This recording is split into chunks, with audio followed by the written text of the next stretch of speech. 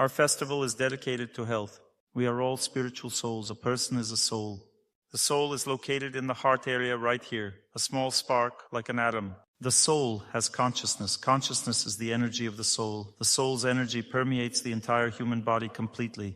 When the soul leaves the body, along with the subtle energy body, the soul's consciousness also leaves and the body becomes lifeless. The soul's consciousness has three desires. The soul has three main desires in life, and these desires are very, very important. Failure to fulfill one of them destroys life. The first desire is the desire to live or the desire for eternity. A person always wants to live. The second desire is the desire for happiness or love. Happiness is when you experience happiness within yourself, and love is when you experience happiness in interaction with someone. The desire to live, the desire for happiness, and the desire to know how to live, how to be happy. These three desires are very important. They attract three energies. Eternity arises from the desire to live. There are people who don't want to live. If people think it's normal to say, I don't want to live, it's not normal. At this time, the energy of prana, which gives the ability to live, decreases very strongly, and all the person's life functions begin to fade. Who do you think has a greater desire to live, a small child or an elderly person? The desire to live is greater in a small child. This is determined by vitality. A child is more active, constantly doing something. They can't sit still or lie down. They're like a spinning top. With age, the desire to live fades, and the ability to live also fades. The subtle energy channels, which function due to the movement of air energy, prana in the body, become weaker with age. In a small child, they are strong. In an elderly person, they are weak. To activate the subtle energy channels, a person needs to perform prolonged, continuous movement, not just walking a little and then lying down, but prolonged movement. A person has 5 layers of the human energy field, one deeper than the other. If a person walks for 15 minutes, they activate the life energy only in the first half of the first layer. Another 15 minutes of walking, again half of the first layer. Another 15 minutes of walking, again half of the first layer. Let's say a person walks continuously for 2 hours once a week. They've already cleansed 2.5 layers. And what happens with the remaining 2.5 layers? They gradually lose strength with age. And what's there? There are blood vessels, all internal organs are on the 4th layer. There's the nervous system and hormonal functions. Women are surprised why they can't conceive a child, because hormonal functions are on the 5th layer, the deepest one. If a woman doesn't perform prolonged continuous movement, and she's already close to 40, she will never conceive because there's no energy. If there's not enough energy for one, she will never conceive a child because there's no energy. Besides the soul, a person in this world also has a subtle energy body. So is this subtle energy body what we're discussing? No, this is a physical body, and there is also a subtle energy body. This means there is an additional body that does not perish. The soul and the subtle energy body are always inseparable, departing from the physical body simultaneously at death. Consider a computer. It needs software to function. Without it, it's just a piece of metal. Similarly, the physical body is merely a physical shell without its software. The subtle energy body. The computer is created similar to the subtle energy body. Let's light some incense, place it on a saucer. I was brought natural incense from Israel. We have the same one. What does yours look like? A white piece, right? That's artificial chemical incense. Real incense comes in the form of fruits or twigs of a shrub. It's not resin.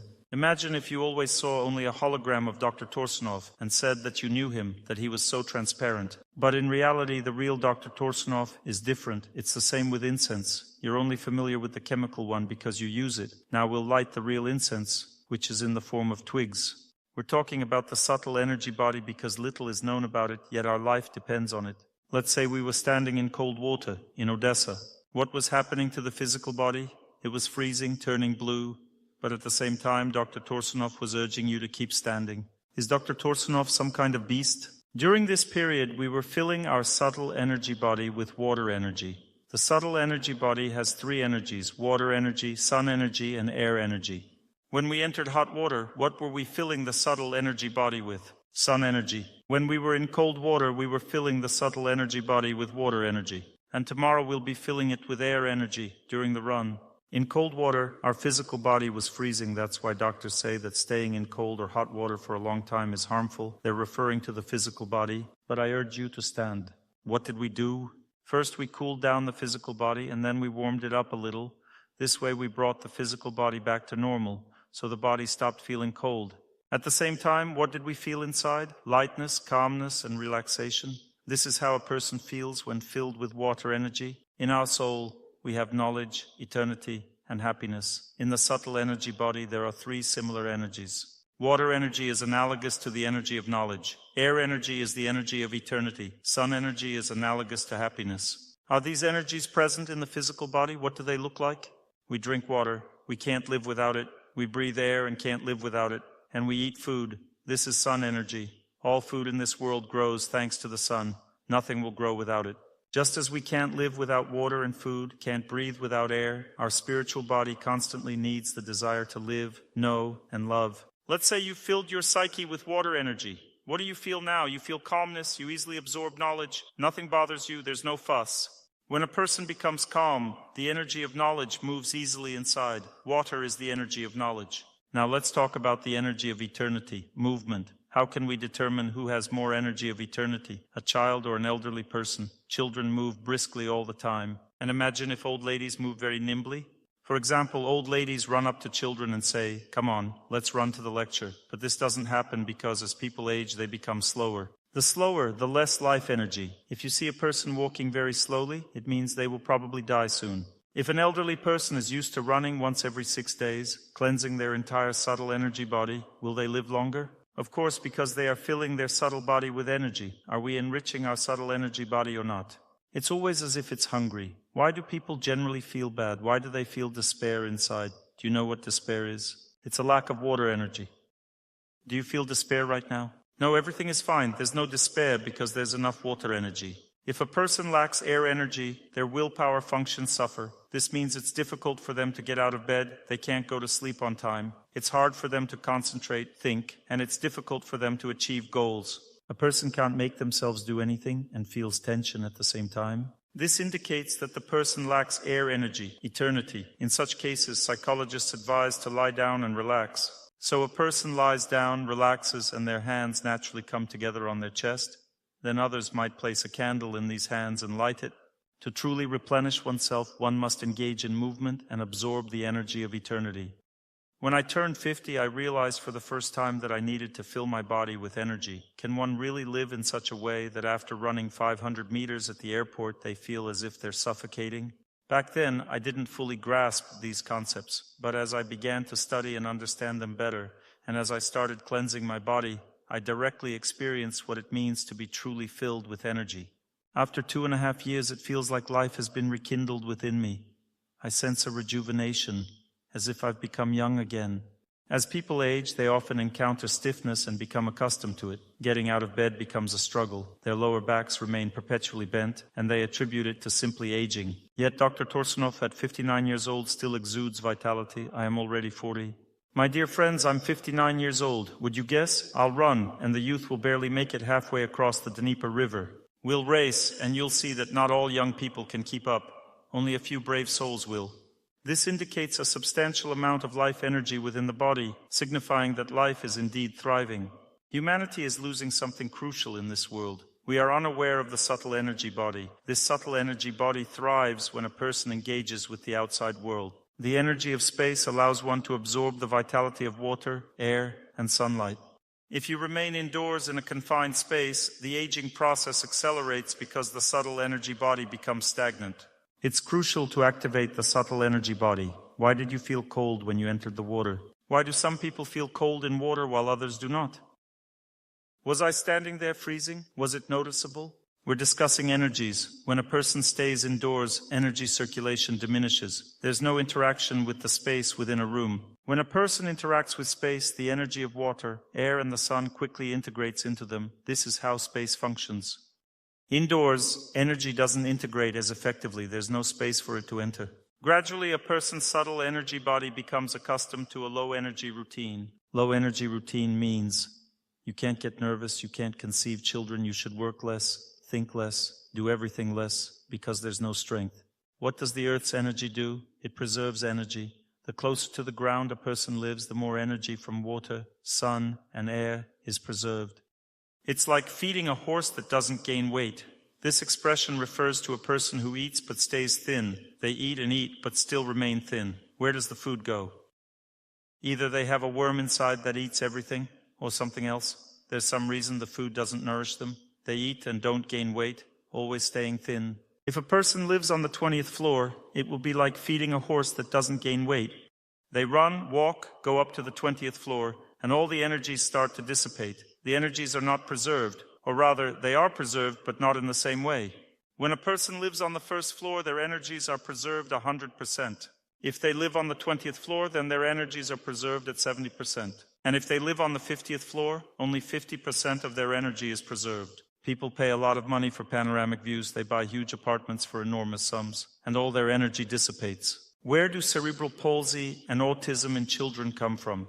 If low-energy parents conceive children, will the children be born with high energy?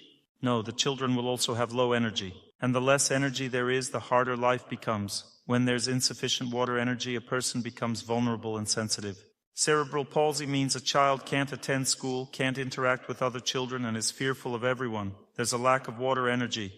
When there's a lack of air energy, the child becomes extremely tense, uptight, cannot think clearly, struggles with studies, and doesn't understand much. When someone speaks to them, they don't hear. They are uptight due to insufficient air energy. Often people confuse these issues with psychological problems. They can't communicate effectively with others. This confusion is misleading. Modern culture is rife with confusion. When a person lacks water energy, they become vulnerable, sensitive, angry, easily offended, and isolated from everyone. They interact briefly and then withdraw. They can't sustain interaction. This is a sign of inadequate water energy. And why is there a lack? Because the subtle energy body cannot perceive it. We're discussing our lives. I'm providing you with essential information that will aid you in life. Imagine staying indoors. As a result of a passive lifestyle, people don't move, lack sun exposure, and don't engage with water energy. These three energies in the subtle energy body start to decrease. Circulation decreases. Gradually, the subtle energy channels become weak. Weak subtle energy channels mean that even if you immerse yourself in water, run, or stay in the sun, you still won't experience the same effect as if your channels were strong. It's like a rechargeable battery that has become weak. It doesn't charge fully. You place the battery on charge, and it only charges halfway. You might consider discarding the watch because it doesn't charge well. But you wouldn't throw yourself away. Imagine there's a large trash can. People stand there thinking they need to be discarded because they don't charge anymore, and everyone throws themselves in the trash. Is that a sensible idea?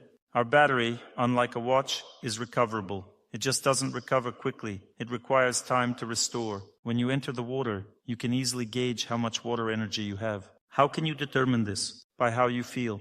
If you enter the water and you're not shivering and it doesn't feel cold at all, if you stand there as if nothing is happening, raise your hand if you've experienced this. All right, that means your water energy is normal without issues. If you've been to hot places and didn't feel hot at all, raise your hand if you've experienced this. It means your sun energy is normal. Those who felt normal in both situations, raise your hand. This indicates that both your water and sun energy are normal. A person cannot live without energies. If the subtle energy body is diminished and there's a lack of energy, the quality of life deteriorates significantly. Dreams remain unfulfilled. Everything you desire in life seems unattainable. The energies of water, air, and sun impact everyone differently, influencing various aspects of life.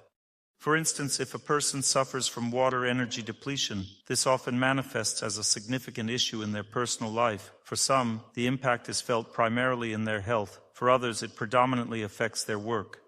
Life can be divided into three key areas: personal life, work, and health. These are the three primary zones of life. And for some people, when water energy decreases, it affects personal life. It means a person will remain without a family. If they lack water energy, they will be lonely. How does this loneliness manifest? It becomes challenging to maintain close relationships. For women, this may present as heightened sensitivity. They might become easily offended, upset over minor issues, and feel fatigued by their close relationships. The constant irritability makes it difficult to sustain connections. This indicates a deficiency in water energy. For men, the depletion of water energy often manifests as persistent anger. They may become easily frustrated, quick to shout or swear. This behavioral shift is also a sign of insufficient water energy. On the other hand, if there's a deficiency in air energy, it typically leads to loneliness as well, particularly impacting personal relationships. How does a lack of air energy affect behavior? People with insufficient air energy may appear distant and unengaged. They experience a lack of emotional connection and affection, treating others like mere ice cubes. The relationships become devoid of warmth and happiness, resembling interactions with cold, indifferent entities.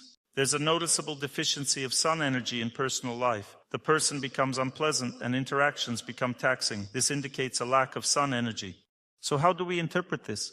We often draw conclusions based on our perceptions. We don't see it as a lack of energy, but rather as a conclusion about the situation. For example, imagine visiting your neighbor. She's lying in bed, saying she feels like she's dying. You ask her why she feels this way. She responds, "I feel so weak. My stomach is churning. I have no strength." You suggest, "Perhaps you're hungry?" She says, "Maybe I'm hungry, but I'm probably dying." Is this logical thinking? If someone feels weak, they usually eat something, right? However, when we lack subtle energy, we jump to the conclusion that we're in a dire state. We don't realize that we need to consume this energy as well. For instance, if someone says, "I'm not succeeding in my personal life," and explains, "I'm always irritated by men," they're likely lacking water energy. To improve your personal life, you need to gather more water energy and build a relationship. If someone says, "I don't feel love for this person. I went to an astrologer and he says there's no love between us," you simply lack air energy. There's just no connection. You haven't even felt each other yet. If she says, "I feel disgust towards him," it might be a result of insufficient sun energy, which is necessary for experiencing love. Love requires sun energy. Sun energy represents a cheerful disposition. As the saying goes, "If I were a sultan, I'd have 3 wives." This reflects a joyful outlook. Eastern cultures often have a more abundant expression of love, with larger families being common. In Eastern cultures where there's ample sun energy, people have a strong desire for love. For men, this might mean a romantic partner, while for women, it could signify having many children. When there's a lot of sun, a person wants love, loving people. For a man, love means a woman. For a woman, it means children. People get confused. They think that nothing works out in their life. They think they have some compatibility issues or psychological problems. For instance, a person might visit a psychologist feeling sensitive, vulnerable, and irritable, but this may actually indicate a lack of water energy, not necessarily a psychological issue. When you're hungry, you don't go to an astrologer, do you? You can't feed a nightingale with fables, right? A nightingale needs millet to eat. It's not like you tell it fables and it feels full and flies away. But when there's a lack of water, air, and sun energy, everyone goes to an astrologer, a psychologist, a mediator. Now there are different options. But where should one go? Into cold water, hot water, jogging, sun, fresh air. Why did we come here? To charge ourselves with energy. We came to fill our subtle energy body and learn what it is. Because if a person doesn't learn that they need to eat, they won't go. They'll lie in their room saying they're dying. In modern culture, there's no concept of subtle energy nourishment. There are all kinds of psychological training, psychoanalysis, catharsis. If you feel bad, you need to yell to feel better. Self-digging, self-analysis. Oh, how bad I am. I need to become better. But in reality, you need to figure out what actually happened to you. And what happened to you? You simply lack subtle energy. Let's do a self-analysis now after bathing. Those who were in the water, who had a strong resentment in their heart before bathing, raise your hand. Some irritability, resentment, feeling of dislike, dissatisfaction, raise your hand. Lack of water energy. Is all of this still present now? Is there resentment? Somewhere in the distance, right? Inside it's okay, but there's still resentment. But it's kind of like, let them live as they want. So you filled up on water energy and it turns out you don't need a psychologist anymore? Still needed, but not as much. After tomorrow and 3 more days of bathing, you won't need it anymore. You couldn't fill up immediately. The subtle energy body doesn't recover quickly. You currently have a lack of water energy of about 17% out of 100. This is a lot. And before the water, I'm meditating on you now, it was 25. A 25% deficiency indicates chronic resentment, which can lead to unnecessary conflicts over minor issues. You can even find fault with a pole. Why are you standing here? You're in the way. It's clear that there's a reason why we're finding fault, but it's not serious enough to actually ruin relationships. Often people destroy relationships over trivial things. Chronic lack of energy is a problem of modern culture, in modern life. People who are disappointed in themselves. For example, a man can't stay at one job. He worked, got tired, moved to another, worked, got tired. I can't find myself in work. Why can't you find yourself? You lack air energy. Or let's say a woman says, I can't get out of bed. I lie and lie until 12 o'clock. You simply lack air energy. You can't lift yourself up. Or someone says, Dr. Torsunov, it's hard for me to think. You simply lack air energy. You have nothing to think with, because air energy is what thinks, and you've run out of it. If someone finds it hard to go to bed, watching TV or engaging in distracting activities artificially stimulates air energy in their brain. It's an artificial process. And that's it. Life becomes easier. If there's not enough air energy, you need to watch little people moving back and forth. Action. I saw one video. A cat, a dog, and a hamster are sitting in front of a TV. And everyone is running there on the screen. And the cat goes meow meow, the dog goes woof woof, and they're all engaged. Everyone's busy. The hamster is also watching something. They're all absorbed in the process. And I thought, what's the difference between people and these little dogs? The same thing happens with people. There's absolutely no difference at all. As the humans sit, so does the doggy. You don't need much brains to sit like that, it turns out. What are people doing during this time? Imagine a person lying down dying. What will they do? Something is happening. Let's say an old lady is sitting on a bench and watching children playing, right? Why is she sitting and watching? Because she can't play by herself, but she needs to do something. So she sits and watches the children playing. She enjoys it because she can only watch, that's all. She can't do anything else. The energy of the air moves, it lives somehow. If the children don't play, she'll die, because movement means life. Now the energy of the sun. Pessimism is all around. Everyone's unhappy. Oh, it's bad. It's so bad here and it's so bad there. They have it better. We have it worse. I had a friend in Russia. He was always complaining about the government. He can't stop complaining. I said, leave Russia. Why are you complaining? Live where you like. Why are you stressing yourself out? He moved to Germany. I went to Germany to give lectures. He comes to the lecture. I ask, how are you? He says, well, everything's bad here. I say, but you've already left Russia. Why are you complaining? You should be happy now. That means wherever he goes, everything is bad. What does this mean? It means he lacks the energy of the sun. Lack of sun energy leads to negative emotions and pessimism. A person is constantly unhappy and unattractive. There's no love, no relationships. I don't have relationships. I don't have love. What should I do? Fill yourself with the energy of the sun. If you look at the ancient scriptures, there were prescriptions for people. A prescription means it's something you must do. What prescriptions are? What are the mandatory prescriptions? What is prescribed in the scriptures? Let's list what we must do. Daily routine. Fasting is mandatory. This Lent, that Lent, another Lent. Why is fasting mandatory? Because fasting pumps the energy of the sun into a person. Why is there a prescription not to move during service? For example, when you enter an Orthodox church, stand still, don't move. Everyone stands as if rooted to the spot. Why shouldn't you move? The energy of water is running out. When a person doesn't move, the energy of water begins to circulate. Now let's speak about pilgrimage. Everyone walks to Mecca. Why is pilgrimage needed? Why is prolonged, continuous movement needed? The energy of air is running out. When a person lives in the north, what do they lack? Sun. So they need more fasting. When living in the south, what's lacking? Water. So they need a stationary position of the body. They need to spend time in water. In other words, all ancient prescriptions made people move, stay in water, maintain stationary positions of the body, and fast. These asceticism practices pump energies into the body. They prolong life. That's what it's really done for. And therefore, if a person follows religious rules, they extend their life. Because they fast constantly, they are in a stationary position of the body every day during prayer, and they perform pilgrimage, prolonged, continuous movement. And in this way, they extend their life, and not just life, but also increase the quality of life. Because after about 8, 9, 10 months or a year of such practices, the subtle energy body becomes normal. It returns to normal. What is quality of life? Sunshine. How nice. You go out into the sun and faint. Why? Because the subtle energy body doesn't absorb the sunshine anymore. That's it. Imagine, you've eaten. Did they feed you well today? Yes. You ate, it was so delicious, and after 15 minutes everything came out. Is that a normal situation? What do you mean? Well, I mean that everything just passed through and came out. Is that a normal situation? No. It's funny. It's funny to you, right? But it's the same with the energy of the sun. You went out into the sun and the sun wasn't absorbed but overwhelmed you, and you fainted. This means you need to think about your life, how you're living. You need fasting, you need to stop eating at night. There's night watch and there's night munch. Just several letters are changed. Night priestess. Priestess, yes. That's for women. There's a male glutton and there's a female glutton. You probably have a female glutton. You're thin and undernourished. Your wife is probably the one devouring food from the fridge at night. We're studying the law of conservation of energy. We should call the seminar the law of conservation of energy. Did you study the law of conservation of energy in school? Ohm's law? We studied it. Did you study it? There's the law of conservation of energy. This means you need to run, do static exercises and dynamic exercises. There's Ohm's law. That's Ohm. The law of conservation of energy means that energy doesn't disappear and doesn't appear from nowhere.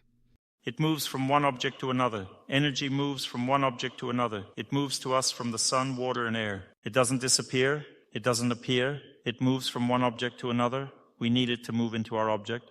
And we spend it. Yes, we do it then, if there's anything to spend. Imagine you go to a bank and say, put some energy on my card. They say, do you have energy to put on the card? Imagine we have the opportunity to receive the energy of air, water, and sun for free every day. For free. You just need to pump it into your card. Every day you need to pump the energy of air into this card, into the subtle energy body. For this you need prolonged, continuous movement. Tomorrow when you go for a walk or run, if you haven't done it before, you'll feel exactly the same as I did the first time when I first ran 9 years ago. I felt like a bag. I won't go into details of what kind. I was running and suffocating. That's how I ran. And now I run like a bird of happiness. It's easy. I feel good while running. Does walking help? Walking and even crawling. When babies are born, what do they do first? Move their arms and legs, right? Why do you swaddle them? So they don't twitch, right? Because it's annoying. Yes, they can't sleep. They can't sleep. They are always twitching and living. You want to sleep, but they are moving. You swaddle them. They fall asleep. Unswaddle. They begin to do it again. And what do they do next? They crawl, don't they? Then they walk. Run. Run. So if you're crawling, what should you aim for walking? If you're walking, what should you aim for running? If you're lying down, what should you aim for moving your arms and legs? And if you don't want to move your arms and legs, just lying there, what then? Well, then look for a plot of land, for a grave somewhere, and that's it. My dears, we are learning how to live. This is the most important knowledge, especially when you need to live.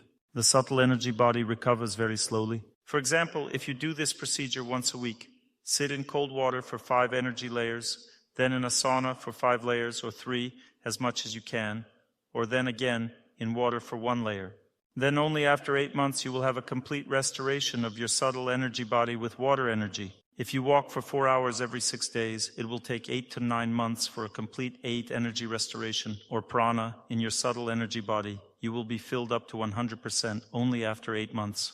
And if you start going to the sauna, or fasting, or staying in the sun, it will take 8 months to fully restore your sun energy in the subtle energy body. Can you imagine how slow this all is? The quality of life doesn't change quickly because subtle energy channels recover slowly.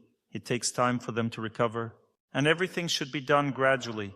But water is the most merciful environment. Even if it's not absorbed, it doesn't overload. Let's say we went into the water, shook a bit. Nothing happened to you, right? Everything's okay. You were alive before and you're still alive. These scary tales are just tales. Of course, if you didn't follow the instructions, it would be much worse. How does this happen? We have 5 layers in the subtle energy body. Some people say, Dr. Torsunov, I've already stood for 10 minutes. Can I get out? As it said in that movie, the berries are beautiful. Can I try them? You can, but you'll get poisoned. It means half of the subtle energy body circulates intensely with the energy of cold water. The cooler the energy of water, the deeper and stronger the water circulates in the body. In the subtle energy body, the colder the energy of water, the stronger the circulation. Therefore, the colder the water, the better for health.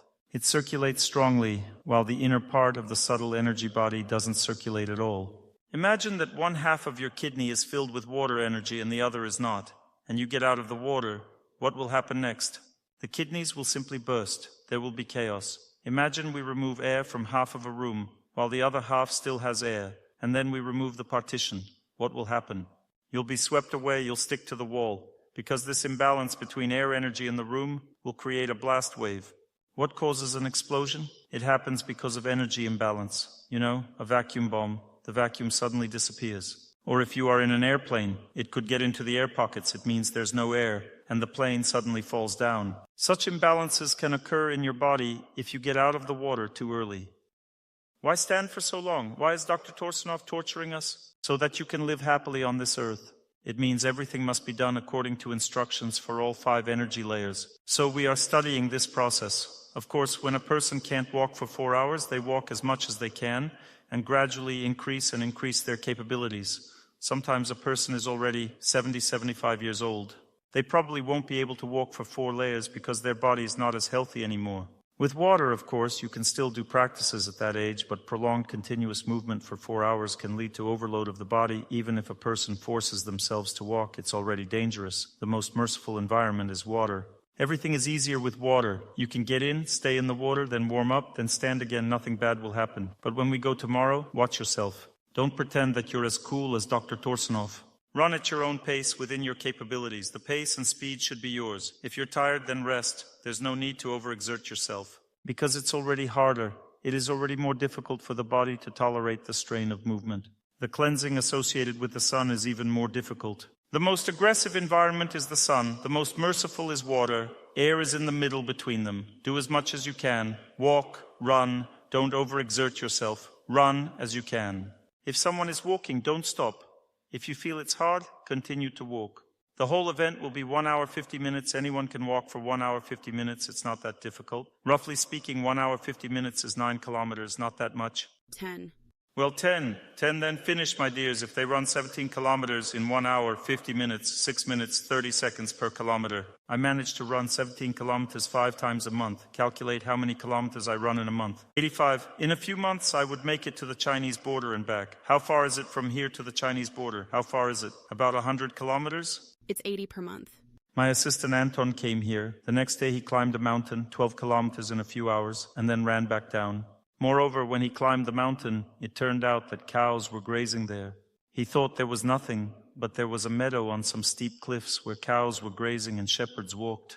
Everything is fine. Life goes on in the mountains. 2 months of running according to schedule, that's 166 kilometers in a straight line. Okay, then how much do I run in a year? 85 multiplied by 12 equals 1,000 kilometers. Can you imagine 100 kilometers for a wolf is not a distance? You see, these are the capabilities of the human body. You can run, and I haven't worn anything off. In 9 years, I've run almost 7,000 kilometers, and I haven't worn anything off.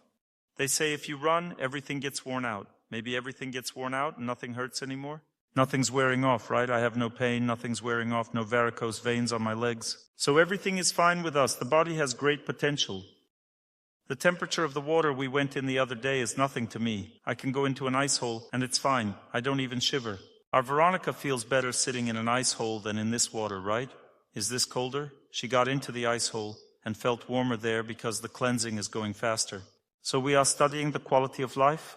There are many unhappy people who are unhappy simply because they have a chronic lack of energy. 90% of people are unhappy because of this. They think and they're sure that they have some problems due to fate, the cross of loneliness, infertility, the crown of celibacy, and so on. But it's simply a lack of energy, so they just need a healthy lifestyle. You understand? Why do we study this so much here? Because it's really necessary. So ask Sergei to tell you about this next time. You should attend Sergei Sotnikov's lectures and lectures of all other S because they all reveal the same topic from different angles. 3 energies go into different spheres of human life. How does all this work? The subtle energy body is filled first. The subtle energy body is the foundation of human life. Not the physical body, but the subtle energy body is the foundation of life. If it's not filled, there's no life. No energy means no life. Let's say a computer runs out of electricity and that's it. You can't do anything with it. There is no life. It needs energy. Then when energy appears, where does it go? It goes to restore the subtle energy body. Because every person has 2 types of problems. I'll tell you about this a little later. Where does the energy go next? The physical body is restored, which means all diseases are treated. First, the subtle energy body is restored. This takes 8 to 9 months. Then the physical body is restored, another 8 to 9 months. Next, when the subtle energy body and the physical body are restored, the energy will go to where you have problems. If you have problems at work, the energy will go there. It will go there on its own. You don't need to force it because it works through desire. If you have a desire to get married, the energy goes there. What is desire? It's a buildup of energy. And you don't even have enough strength for health. What to say about desire to get married? First, the subtle energy body is filled, no matter what you do, because if the subtle energy body is not filled, nothing else will be filled. Then it influences health. You can't live without a physical body. When the subtle energy body is filled, the physical body is filled. Then the energy goes into personal life or work, wherever you need it more. If it's needed for work, the energy will go there. What does this mean? It means you'll find a job, money will come, your qualifications will grow, you will achieve everything you need in life. This happens thanks to the energy. If it's needed for personal life, then for a woman, the energy goes into beauty and influence. How does a woman get married? She looked at him and the man said, I can't live without you. So marry her if you can't live without her. That's how she influences a person. He marries her, then there are children and everything she needs. So a woman needs beauty and that's all. If she has beauty, she doesn't even need to work. Let him work. If a man comes home tired from work and says, I'm so tired, do you think a woman gets sad or happy? She's happy. Good job. He's working hard for me. He's a good person. The man thinks she'll feel sorry for him, but she's glad he's tired. If he wasn't tired, it would be worse, right? Do men understand now how things work for women? But you need to be beautiful so that he has something to work for and to be tired there. Beauty means energy. Where does beauty come from? From asceticism practice and a healthy lifestyle. You pump energy into yourself, and everything is okay. You get married, have children, let him work. It's great to live like this.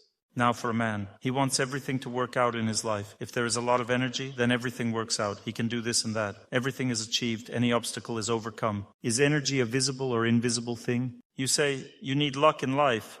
What is luck? It's energy. An influential woman can easily get married. This means she has the energy for it. If a man has energy, he can, for example, achieve great results at work, earn big money. He has energy. Where does energy come from? It's an invisible thing. Where does it come from? From asceticism practice. When you perform prolonged, continuous movement, then you have willpower. You can break through any obstacles. For example, you wanted to enter a university, and you did it. You wanted to get a job somewhere, you got it. You just need energy. Let's say you want to get a job at a certain place. You have the abilities, the possibilities, but they don't hire you. Why? Not enough energy.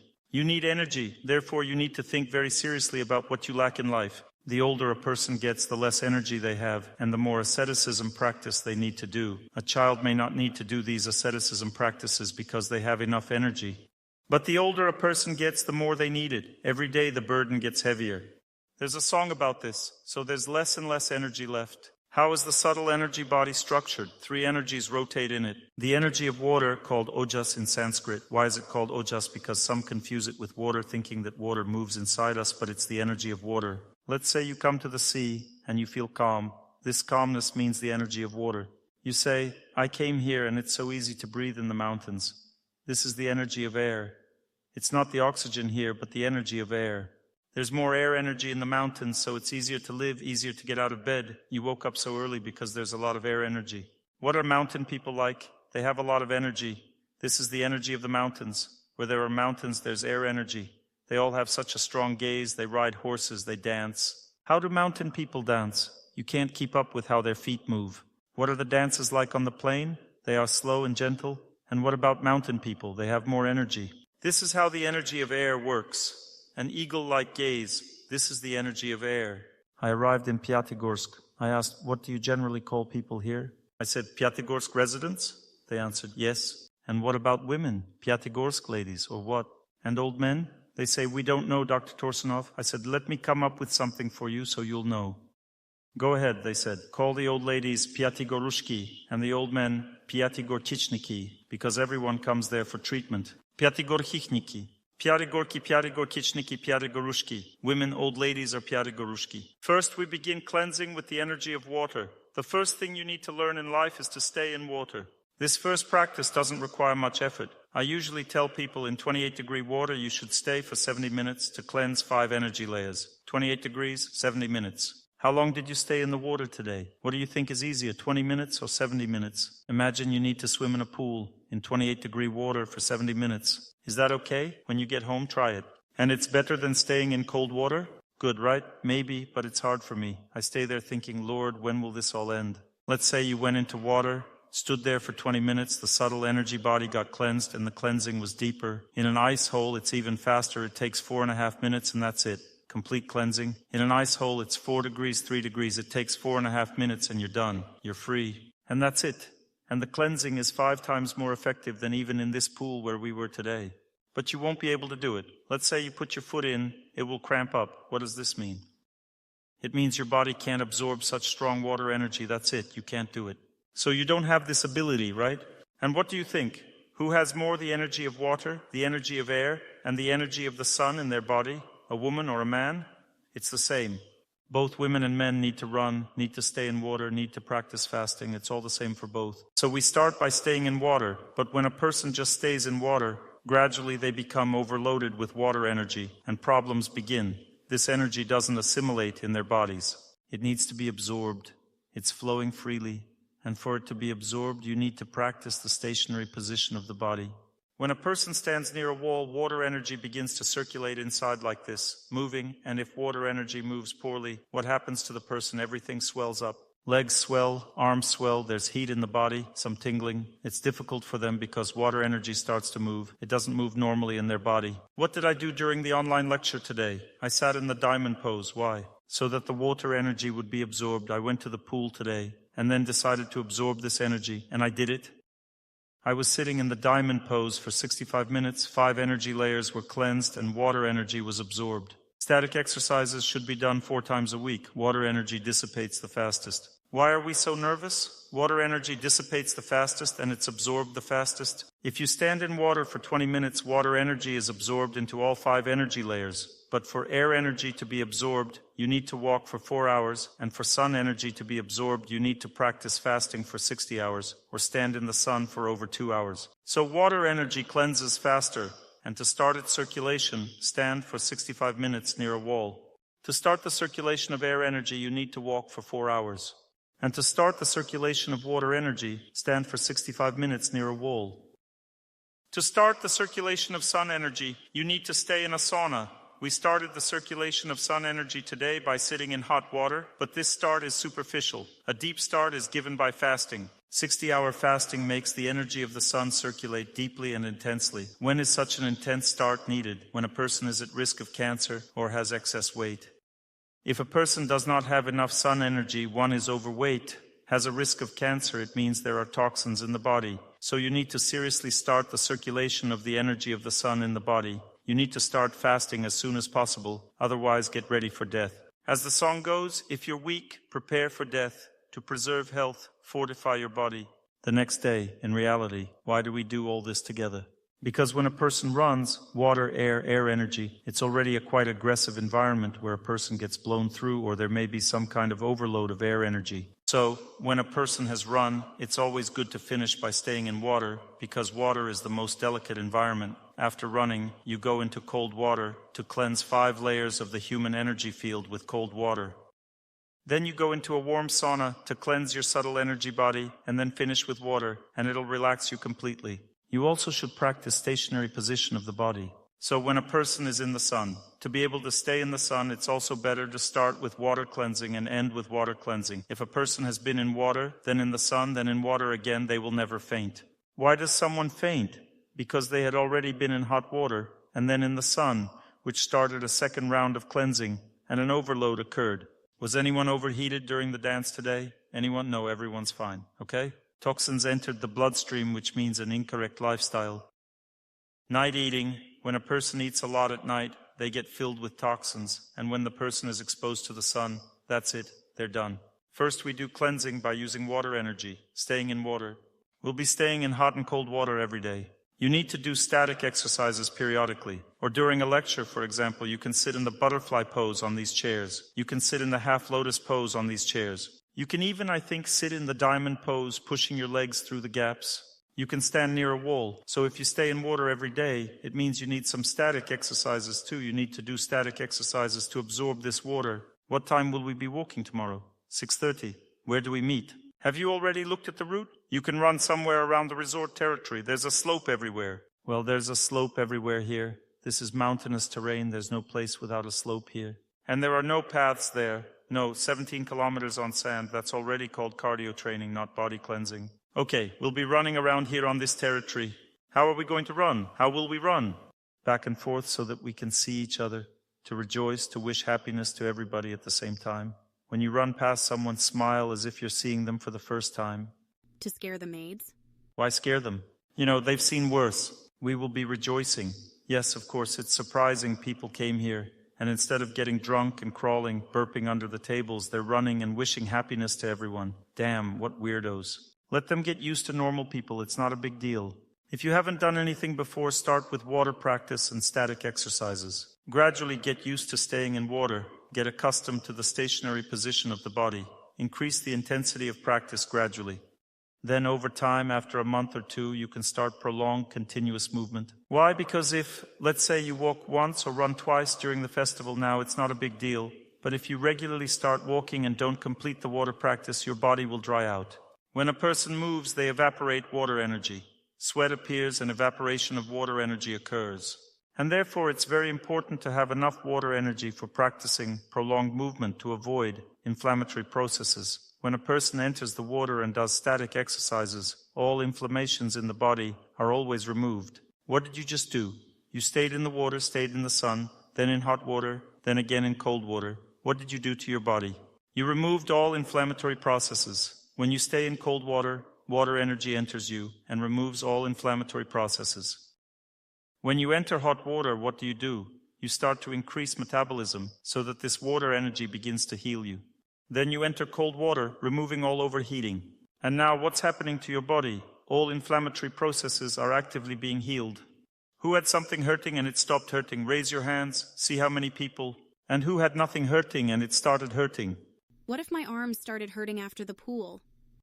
That means they're healing. You probably just got tired of holding them up, right? If you get tired of holding them, it means your muscles are weak. Everything has been cleansed. Energy is circulating throughout the body.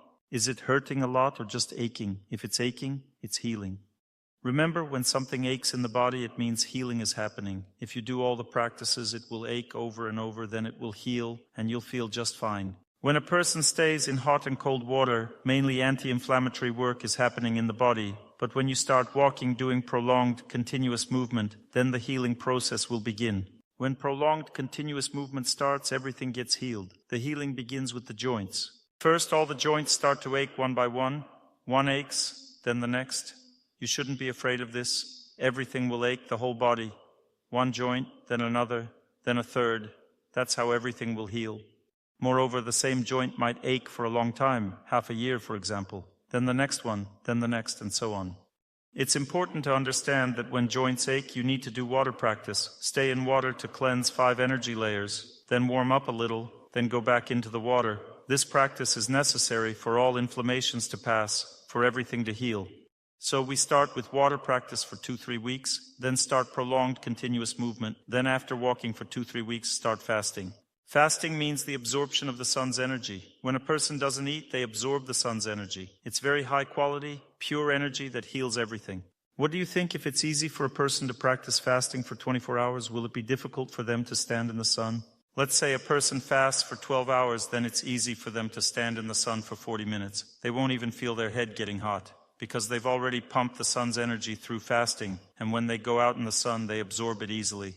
Now, if a person fasts for 24 hours, they can already spend 80 minutes in the sun. If a person fasts for 36 hours, then they can spend 2 hours in the sun and nothing will happen. Why does a person faint? Because of toxins. The body isn't prepared. There's not enough sun's energy. As soon as they get some sun's energy, healing starts immediately. A lot of toxins are released into the blood. The body can't cope, and they faint. Are you yawning? Dr. Torsunov, we're tired, but we still feel good with you. Who shouldn't bathe in water energy? Imagine that in terms of energy, your subtle energy body has completely shriveled up in terms of water energy. You lack 30-40% of water energy. You enter 14-degree water, and your feet get cramped. You literally can't go in. This means that you already have such a severe lack of water energy that such cold water is too much for your body, and your body says, stop, go back, and the person steps back. Sometimes a person goes into water and their body gets so painfully twisted that they jump out of the water. Who among us went in and jumped out? You, right? And then you went in and it was fine, right? Sit, hands behind your head, sit. Kind Dr. Torsunov. You know, I have a book called Kind Advice from Dr. Torsunov. Stay on your knees in hot water, hands behind your head, sit. Such kind advice from Dr. Torsunov. It's better now, isn't it? So is it kind advice? If you go into water and your legs cramp up, you can't enter the water, then don't do it. There are different scenarios. Let's say you go into water, you feel constricted, it's hard to breathe, endure it. It's not a big deal. You go into water, you feel pain in your legs or your toes going numb, endure it. It's not a big deal. If you go into water and your whole body starts cramping up severely, then get out. Well, you'll manage, it's fine, nothing to worry about. If you're standing and shaking strongly, then endure it. If you're standing and shaking extremely strongly, then it's better to get out. Water is a delicate environment you can endure. But you see, there's a limit to everything. Who felt really cold? Raise your hand. Everything's fine now, right? Yes. The more you shake, the more happiness you feel when it's all over. Look, there are two types of sun energy. There is sunlight quanta, which burns the skin. This is generally aggressive energy. You should apply sunscreen and then stand in the sun, because what I'm suggesting to you is to receive Tejas energy from the sun. This is energy that circulates in the subtle energy body, and it doesn't overheat it at all. The subtle energy body loves the energy of the sun. The subtle energy body loves cold water energy. The subtle energy body loves the energy of wind. But when a person stands in water, the physical body gets overcooled. When a person is in the sun, the physical body overheats, and the physical body gets overexcited when a person is in a cold wind. The subtle energy body likes it this way. Therefore, the whole problem is to adapt the physical body to these energies. Let's say, if the physical body is adapted, you've gotten used to sunscreen, you shouldn't overeat before or during sun exposure. If you overeat in the sun, all the food turns into toxins. That means you shouldn't overeat before sun exposure. You shouldn't eat a lot at night. Then everything will be fine. When you apply sunscreen to your skin, you protect it from the sun and overheating. The physical body always needs protection. Let's say you've cooled down by sitting in the water. What should you do next? Warm up. Warm up, then everything will be fine. How do you know that you've received a benefit? You've stayed in cold water, then warmed up. Do you feel anything? Some weakness, heaviness? Feeling unwell? No, you feel lightness. You have a good, pleasant sensation. This means that the subtle energy body has been pumped with energy. That's it. So what kind of practice have you performed? One that's beneficial for health? And don't think it's always like this. Let's say you first go into a 42 degrees Celsius environment, sit there, then go into cold water, and then again go back to 42 degrees. I don't even want to suggest you experiment with this. After that, you'll feel bad. You'll come home and lie down feeling nauseous. And if you then go out in the sun, you'll collapse immediately. So, what kind of practice am I offering you? One that will make you feel good for sure, because it's all done according to science. Even though we were laughing there, I was actually monitoring everything that was happening. You come out, you come out, you come out. Tomorrow I want everyone to enter the water at the same time. Otherwise I sit and watch to see who needs to come out when. You dawdle there. You were standing around killing time while everyone was getting in, and then I had to keep an eye on you. Maybe you could enter the water after everyone else? Oh, really? How clever? You know why that doesn't work? If Dr. Torsunov doesn't go in, nobody goes in. Everyone just stands there. Try to get anyone in without Dr. Torsunov. Everyone's watching. They'll say, why isn't Dr. Torsunov getting in? Will we be at Issyk-Kul tomorrow? And what's the temperature in Issyk-Kul? It's about 19 degrees, something like that. So it's warmer there then, or about the same? The warmest is 19 degrees. 19? Well, do you want to stand in Issyk-Kul? There's just no place to change there, and there's no hot water nearby. You need to walk 1.5 kilometers to get to hot water. It will be good after a run. Who wants to stand in Issyk-Kul tomorrow, and who wants to be in the pool? Let me make a suggestion. Let's swim in Issyk-Kul in a couple of days. We'll get a bit more used to asceticism practice, and then go to Issyk-Kul, because it's a very long walk. It takes 7 minutes to walk there. Are you sure you want to go to Issyk-Kul tomorrow? Let's go to Issyk-Kul in a couple of days, okay? How long have you been practicing cold water therapy with us? 4 years. 4 years. Who's getting into such cold water for the first time? Raise your hand. Look behind you. People got into such cold water for the first time in their lives, right? Yes, we got in, but didn't stay long. And who has never in their life gotten into such cold water? 14 degrees? Everything's fine now, isn't it? It's absolutely great. When does my lecture end? In 7 minutes? Today we studied the energies that move within us. These are divine energies, the energies of the sun, water, and air. It's impossible for a person to live without them. They are needed in all spheres of life. We have a chronic lack of them. That's why we organize such festivals, so that you don't just listen to lectures, but also try all this firsthand. That's so nice. So nice. Dr. Torsunov is such a down-to-earth guy, right? I've told you about the social problems, psychological problems that arise in society as a result of energy deficiency. I'm currently creating a large educational course. There will be a whole study program, a year-long study of all these things. If you complete the course, the next course will be practical. There will be practical classes. Then maybe there will be such practical sessions together. Then in the next course, you can already become a specialist in this field and start teaching people. To become a specialist, you'll need to pass physical fitness tests. That means you need to do all this yourself. Otherwise, what kind of specialist are you if you have no energy and you're teaching everyone? I wish you all peace, happiness, health, and love. Thank you for coming to our festival and supporting our project. This is already sponsored, right? As always, the men of the festival are giving tangerines to everyone. Today we will talk about living consciously. A person has certain needs in life. These are connected to the desire to live. However, the desire to live in this world means that people want money, children, a family, an apartment, and a reasonably normal environment for life. This pertains to both the place to live and the surroundings. Mostly people spend all their energy on these things. Generally, this is how most people live. They use up their energy on these issues. The goal of the festival is to take a bird's-eye view of your life, to make a little upgrade. Let's talk about this. Of course, a person should be healthy and wealthy, have enough children and a good family. All this contributes to a normal life. But often people don't realize that in their strategy for a happy life, they are often acting incorrectly, and these wrong actions can lead to destructive consequences in the future. The first thing you need to understand is that neither family, nor work, nor husband, nor wife, nor children provide a person with energy. In fact, all these things take away energy. Let's diagnose ourselves for a moment. If your 24 hours a day consist only of family, work, and perhaps television, which also doesn't give you energy, then eventually you will reach a state of energetic depletion. What does this mean? This means that you will become a sick person, lose your strength, experience difficulties in relationships with loved ones, and encounter challenges in your spiritual practice, if you have one. You will simply feel like an empty person. The reason for this emptiness is a misunderstanding of how to live an improper lifestyle. Now, let's take a look at life strategies. What do you think happens to a person who receives a professional education, works hard, strives to earn more, invests in family, develops as much as possible, but does nothing to rejuvenate themselves? What do you think will happen to them? They will lose everything. They will lose their job, their family, their health, everything. You can believe me or not. It's just a matter of time before this happens. You might say, but what if I have a good relationship with my wife?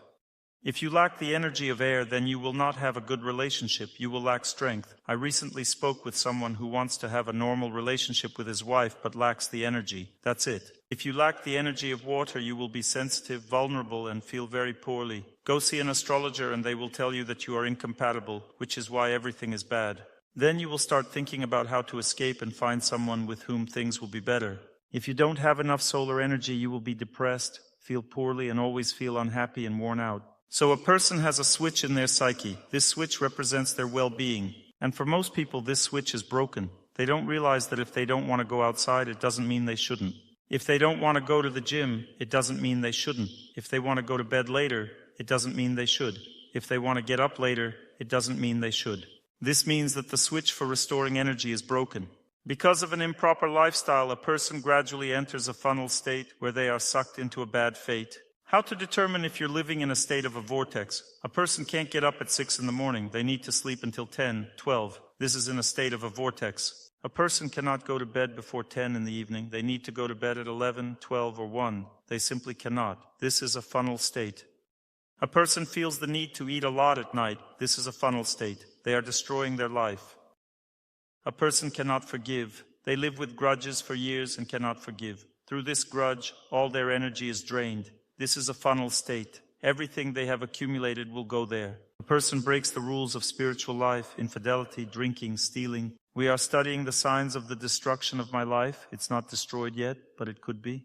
All these bad habits, all the desires to steal, drink, or smoke are connected to a lack of energy. Believe me, a person simply does not feel fulfilled, and that's why they act this way. Imagine, if a person is doing well, why would they do foolish things? Immature things begin when a person does something wrong in life. They are unsatisfied, they are drawn somewhere, carried away. They need to change something. This is always an improper lifestyle. Now let's explore something else together. Look, there is life, and then there is the purpose of life. If a person is immersed in life and not moving toward the purpose of life, fate will punish them very harshly. When a husband or wife leaves, or there is an accident, all of this means that you are living incorrectly. This is 100% true. After all these occurrences, people start living correctly right away. Most of you began listening to lectures when things started to go wrong. This means that a person starts to realize that if they continue living this way, it will only get worse, and they intuitively start seeking answers to their questions. Therefore, besides a healthy lifestyle, there are 2 more indicators that need to be observed. The first indicator is called family egoism. People, for example, are very concerned about ensuring that everything is well for their children, their husband, their relatives. The more we immerse ourselves in the consciousness of our family and want all the energy to be there, the more the energy in the family takes on a closed nature. In other words, it moves in such a way that it does not flow outward. This is called family egoism. How does family egoism work? First of all, it poisons the consciousness of children. Children should be successful, right? You know that a greedy person can never be successful because they simply won't earn money. A greedy person can't have money because money is God's energy. It's the feminine energy of God. There's a very simple law. The more a person desires to help others, the more money they have. A very simple law. If a person doesn't have this desire to help others, then their amount of money depends on the amount of devoutness from past lives. Some people lived on higher planets. They have a lot of devoutness, and therefore they have great money opportunities from birth. But if they are greedy by nature, these opportunities will melt away in the future. Some such rich people end up in prison, some with confiscation of property, some are simply killed for having a lot of money. These are all signs of an incorrect lifestyle. For some, money corrupts and families are destroyed. Children misunderstand life. All of this indicates family egoism.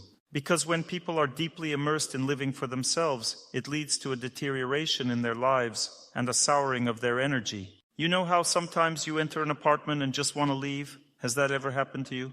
It's simply unpleasant to be there, not because of a smell, but for some reason that feels off. This is what we call family selfishness. You can feel it from a person.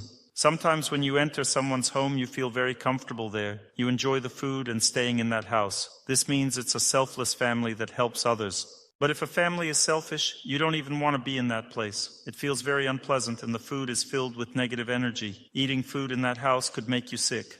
Has anyone ever eaten somewhere and almost threw up? That indicates a polluted space. This is family selfishness. All sacred texts urge us to wish happiness for others, to feed birds in need, to help animals, and to assist those in distress. This doesn't mean searching for beggars at train stations, but rather recognizing the elderly, the sick, and those in need in your own home who are visibly asking for help. If you help these people, you free yourself from this punishment of family selfishness. And good fortune itself means that people live generously enough to help other people, trying to live so that everything is good in life. There's family selfishness, a lack of energy, and a poorly set life goal. All of these things ruin life. A lack of energy means your switch is broken. You don't go out for walks, you don't do static exercises, you don't immerse yourself in water, and you skip fasting or bathing. This cycle we do every morning. Eventually your energy reserves deplete, leading to a catastrophe in life. Health deteriorates, relationships fall apart, and work suffers. We do all of this so you can see in practice how it works. Why did we choose Isikul? Why choose the springs? We chose this to visibly show people how to recover. You are in the mountains, sitting in water every day in hot springs. You meditate daily. Retreats are frequent. You feel how life is restored and rebalanced. Who has been able to forgive someone? Raise your hand. Have you forgiven from your heart? Who feels they can do more in life than usual? Who among you has decided to completely change their life right now? This indicates change. When a person decides to change their life, it means they have more energy, more knowledge, and a greater understanding of things. They realize something. When a person lacks energy, the switch is broken, and gradually their mood and zest for life fade, relationships deteriorate, health declines, and achieving life goals becomes harder. These are all signs of a lack of energy. It indicates that your switch is broken. Next signs: a person begins to go to bed later and wake up later, and they start to eat more at night. These are signs of energy depletion. A person starts to live under more stress, and the next sign is a breakdown in relationships. Relationships with loved ones begin to suffer. This is the first warning bell. Relationships with loved ones deteriorate. The next warning bell is when work relationships break down, and the last warning is when you have no friends left. This means you've really fallen off track. Accordingly, if bad habits appear, it's no longer a bell, it's already an alarm, and you need to do something immediately. Otherwise, your life will go downhill. Second, family selfishness. Children grow up disobedient, don't want to study at school, don't want to fulfill their responsibilities, are not structured. Family selfishness destroys relationships. When family selfishness increases, the first thing that suffers is the children. It's immediately visible. They start to behave independently and very badly. The second sign is that the relationship between husband and wife falls apart. Often the wife becomes disobedient, the man becomes very angry, irritable. When family selfishness increases in a man, he becomes a despot. Women, when family selfishness increases, become very capricious and ruin the family atmosphere instead of nurturing it. Signs of increasing family selfishness indicate that you aren't wishing happiness for others enough. that you're not asking for forgiveness, not forgiving, not feeding birds or animals, not donating to temples, and not helping people. Instead, you are just bringing everything into your home for yourself, and this leads to such results. The purpose of human life is selflessness. When a person achieves absolute selflessness, they leave the material world for the spiritual one. In the material world, everyone lives for themselves. In the spiritual world, everyone lives for God. The goal of human life is to cultivate selflessness. If a person does nothing for this development, then they will be punished. Where does fresh air come from? Where does the energy of the air come from? From God. Where does the sun come from? Water, food, your life, children, husband. We have gotten used to having all of this. We breathe every day, drink water, and take it all for granted. Why does God give everything for free? He gives life and provides everything without charge. Why does He do this? So that we develop. But if we use all this and don't develop, then what will He do? Punish. What else is left for Him to do? Is He going to come up to us and say, "Excuse me, but I've given you a lot. You're living incorrectly. Can you live properly? Get lost. I'll live how I want." He does that too. People tell us, give us advice. It happens that someone lives incorrectly for a time. Does that ever happen? What happens next? God doesn't need to intervene. Nature is arranged in such a way that when you act incorrectly, you receive punishment. That's just how the laws of this world work. And we are studying these laws now. We're just studying what will happen. If you don't perform asceticism practice, if you don't live correctly, then the very quality of life will deteriorate. You will have bad mood, no normal relationships, no strength, no health. That's it. If family selfishness develops, then your goals to raise children, preserve the family, make sure that the husband is good, that the wife is good, that the children are good, these goals will not be achieved. All these people around you will be negative because they will be poisoned by the atmosphere you've created with your selfishness. Poisoned. This atmosphere is toxic. It poisons existence. People become toxic. They behave improperly and lose their sense. Recently, I gave a consultation to a man who is very successful, earning a lot of money together with his wife. Their life deteriorated because too much luck came into their lives. They became disoriented. Their family started to fall apart, and they used to have a good family. Now it's hard for them. They need to restore everything. Because money corrupts people like poison, they become foolish. A woman once told me, "I had a normal family with children. As soon as my husband started earning, he got mistresses, went out drinking and partying. He yells, 'I deserve more. Better women are looking at me.' You know how much trouble started pouring onto this family. This is how imbalance works. This doesn't mean that one shouldn't earn money. One should earn a lot and do many good deeds. Then there will be even more balance. Money is a test. There's fire, water, and brass pipes. Fire represents when a person has a very bad fate from past lives. They are born and have a very hard life. Like in the song, they live unhappy people, savages, hideous in appearance but kind inside. The crocodile doesn't catch, the coconut doesn't grow. They cry, pray to God, shedding tears. An unfortunate fate, this is fire. Then when people start living correctly and fixing the situation, water appears. What is water? Money. It flows constantly. No one can hold on to money. They are always flowing. Sometimes they're there, sometimes they're not. This water slips through fingers. Try to hold water in your hands, it spills out. And what are the brass pipes? Glory. When a person holds on to wealth, does good deeds, they gain even more wealth and become famous. Glory brings pride to a person. Money brings greed, and fire brings suffering. There will always be trials. Life is a test. The more you develop, the greater your responsibility. The more responsibility you have, the more you need to think about what you will do with it. If you live incorrectly, everything will fall apart in life. Thus, family egoism destroys family values and makes people bad. Everything decays, and a foul atmosphere begins to surround you. One wealthy person told me, "Dr. Torsunov, everything stinks around me. Everyone wants something from me. I find it disgusting to live with everyone. All the people around me are getting corrupted. My wife, children, friends, all want something from me. They all look to me for money. Everything around is falling apart." What does this mean? The amount of your selfishness is greater than the amount of your generosity. The diagnosis lies in your behavior, in your attitude towards life. You are too focused on yourself and your own affairs. Everything else doesn't interest you, therefore everything else will smell foul and decay around you. And third, even if you live a healthy life, if everything is going well for you, you've learned what are called positive habits. People know nothing about this. One person asked me, "Don't you eat meat or fish?" I said, "I haven't eaten for over 30 years. "You don't drink, right?" I said, "Never drank in my life." "You don't go out?" "No, I've never partied in my life." A clean life in this regard. You don't even eat meat or fish? I said, no. You don't drink coffee or tea? No. And you don't watch anything on TV? No, I don't watch. They said, what's the point of living then? These are called positive habits. When you first stepped into the water, raise your hand if you thought, I'm doing something crazy. Today you entered for the 4th time. Raise your hand if you started feeling that this is great, that you can't live without it. Who is planning to continue this at home? This is called forming a positive habit. Some people tell me, Dr. Torsunov, this water is good, but an ice hole is better. Raise your hand. Who thinks so? This is called a positive habit. They love ice holes. Some say you can live without meat, but it's hard. I love this life. I feel nauseous at the mere sight of meat. I don't even want to see it. It disgusts me. I love the food they prepare for you and everything I eat in life. Do you like it? It's great food. Pure. Good. Lifts your spirits. Light. I eat, and after 2 hours I feel light in my stomach. How wonderful it is to live this way. You can eat normally, without any problems. If you overeat meat, you walk around feeling heavy all day. After eating this food, in 3 hours I feel good again. I enjoy running for long distances. The first time I ran 9 years ago, it was very hard. It felt like I was dragging my body.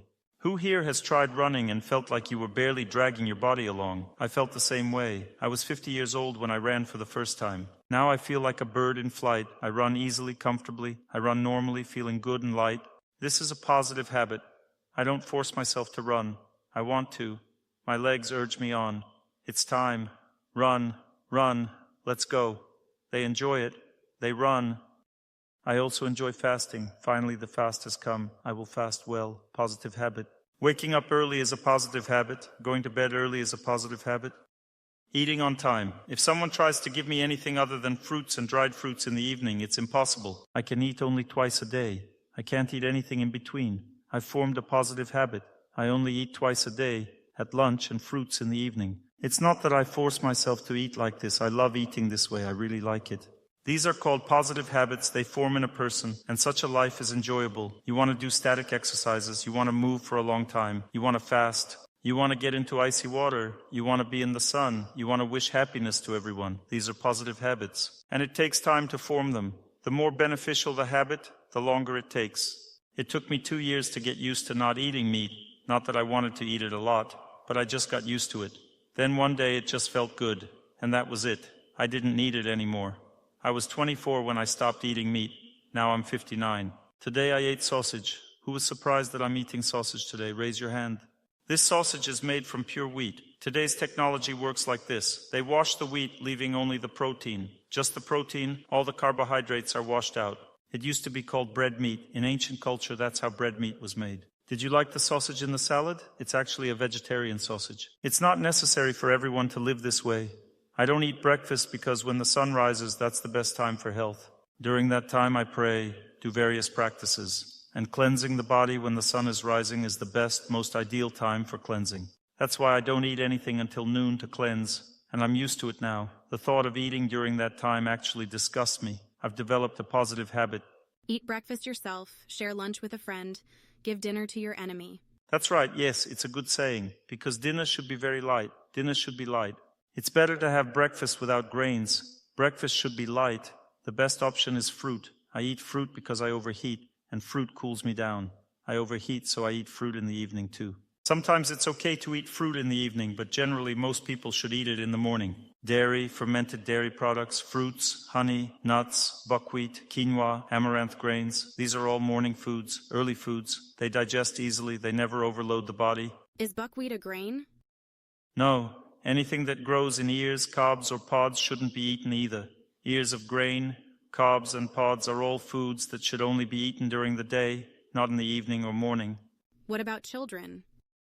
Children can eat it. Until puberty, the moon's energy affects them more than the sun's. The sun is the wheel of time. It determines how we should live. Same for food. Each type of food has its own sun, its own time of day. Vegetables ripen under the light of the moon, so they can be eaten from lunch to evening. Fruits ripen under the rising sun, so it's best to eat them in the morning. Grains ripen under the strong sun, so they are best eaten roughly from 10 a.m. to 3 p.m. That's the time for grain-based foods. Cow's milk can be drunk in the morning and evening because it ripens under the light of the moon. That's why the best milk yield is in the morning and evening, since the milk matures under moonlight. Berries are best eaten when the sun is strong. They improve metabolism in the body. Sweet foods are best eaten in the first half of the day before lunch, because after lunch they become poison for a person. By sweet foods, I mean beet sugar, pure sugars. What other kinds of food are you curious about? What if we don't eat sugar? You don't have to eat it. You still eat dried fruits, fresh fruits, honey. That's also sugar. This is called a positive habit. You've developed that habit. That's good. What about fermented dairy products? You can eat fermented dairy products from morning until 6 p.m. Do you know why scorpions that are in a dish together can't get out? One tries to crawl out, but the others pull it back down. You need to understand how to eat properly. There are different energy levels of food. The highest energy level is for ascetics, for spiritual people, very elevated saints. That's solar nutrition.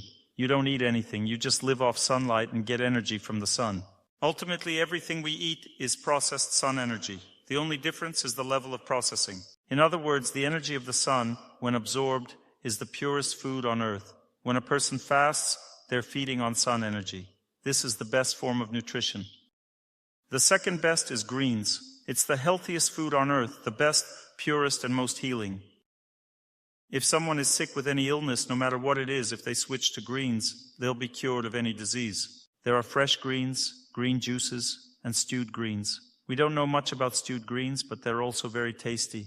Greens are the healthiest food on earth. The older you get, the more greens you need to eat. If someone is 80 years old, they should only eat greens, and they'll live even longer. Next in line is food that comes from greens. These are fruits, grains. They come about naturally without violence. Fruits, nuts, grains. What else is without violence? Beans, nuts, fruits, grains. That's all food that's on the next level. It's more energetic food with more energy in it. Next comes roots, then plant stems. This is already less energetic food in terms of sun energy. Roots are below the ground. They contain more energy of ignorance. The closer to the sun, the more goodness there is. For example, underwater products also contain elements of ignorance like seaweed. The farther something grows from the sun, or if it didn't grow in sunlight, the more ignorance there is. Roots are no longer such pure food, but it's still good food. What about winter? In which parts of the world are there fewer vegetables and fruits in the winter? Are you saying that in Moscow there's no greenery in the winter, no fruits? It's still better than meat. These are still products connected to the sun. The next level is dairy products. This is the next level of processing because this food comes from higher centers, and it's meant for love. It's heavier food than plant-based, but it's acceptable because it's meant for love and doesn't ruin your character. The next energy level, the lowest, is meat. The more developed the animal, the less energy in the food, and the heavier the fate from it. For example, when someone eats a goat or cow, their fate is heavier than when they eat a bird, or even lighter if they eat a fish, and even lighter if they eat shrimp. The less developed the creature is, the less dangerous it is to eat. The more developed it is, the more dangerous it is for your fate, because the energy of violence enters your life. I can easily tell by looking at people by the energy of violence whether they eat meat or not. There are people who are drawn downwards in life towards lower planets, which means they eat meat. If someone stops eating meat or fish, they're no longer drawn downwards but upwards. They are drawn to paradise, they grow towards paradise, and their soul is already going to paradise. That's it. Meat weighs down your fate. There are many believers who eat meat and pray constantly, and they live in a fierce struggle. If you read their stories, they're always battling evil spirits, demons. The reason for this battle is the consumption of meat. If someone stops eating meat and prays, they have no one to fight because they're not defiled at all. They live a pure, bright life. I often read different stories about saints being tested by evil spirits, demons constantly attacking them, and there's not a single such story about a vegetarian. If someone doesn't eat meat, no one attacks them, no one haunts them, no one torments them. They live a pure life, and that's it, no defilements. That's for your future.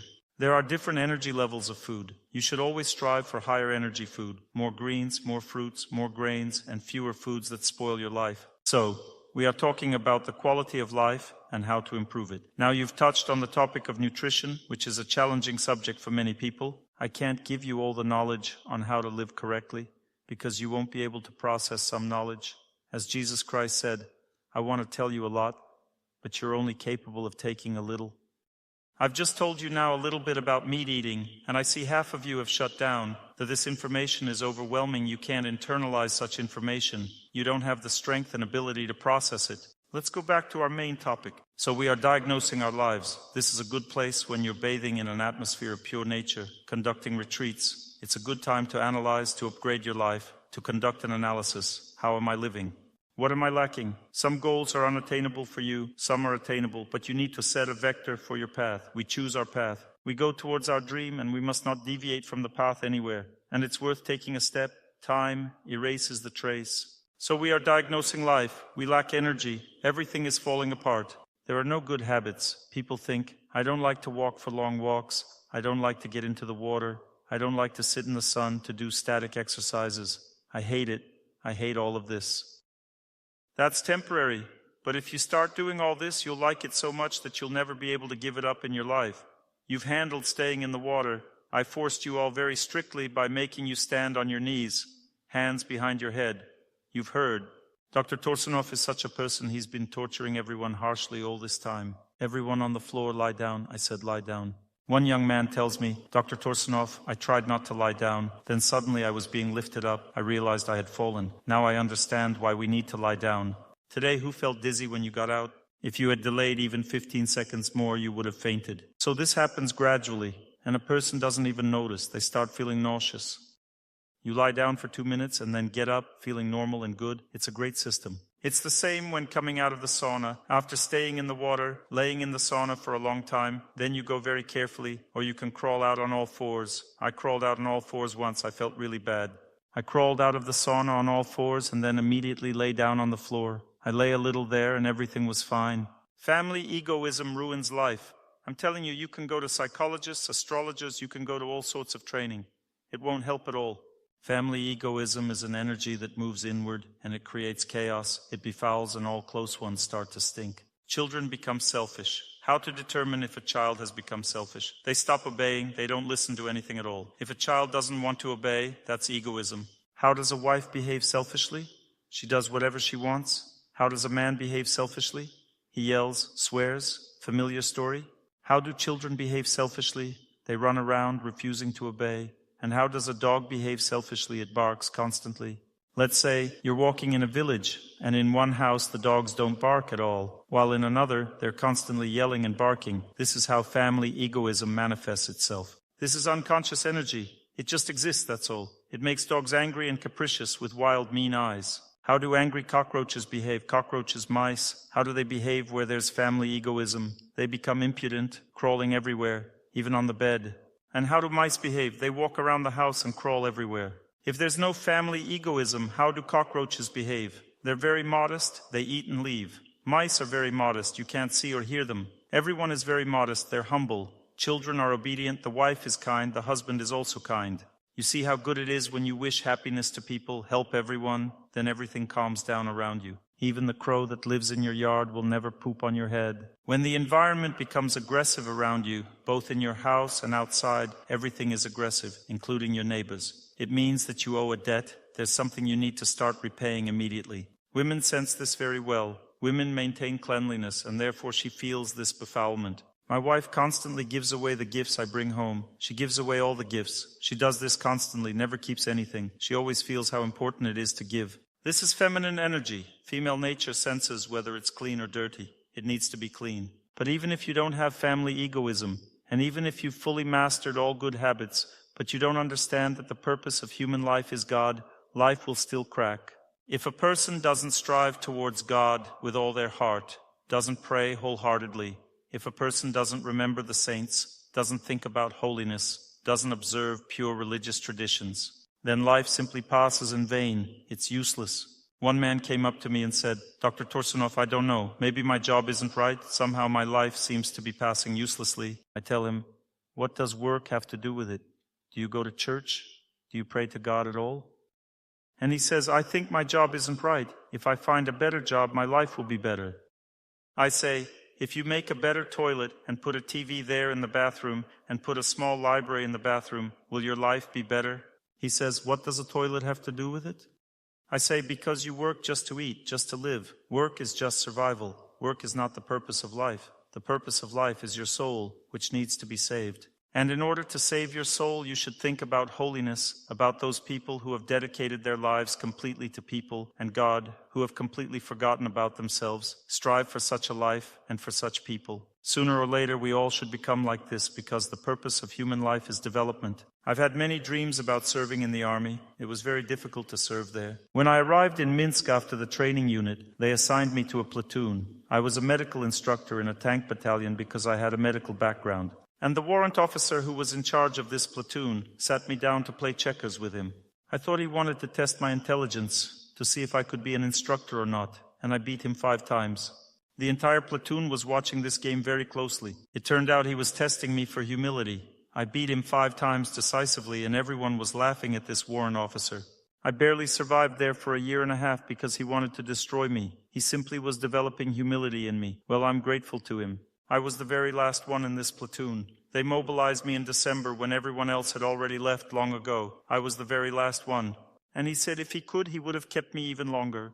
I said, "Thank you for everything." When I was leaving, he even cursed me, saying, "You'll be a soldier all your life." And so I've been serving all my life, but not to him, but to people. The curse turned into a benefit. After that, I had this dream many times, about 20, 30, or 40 times, where I would get under the command of this warrant officer again. I was so fed up with this dream, damn it. The last time was when I was 50 years old.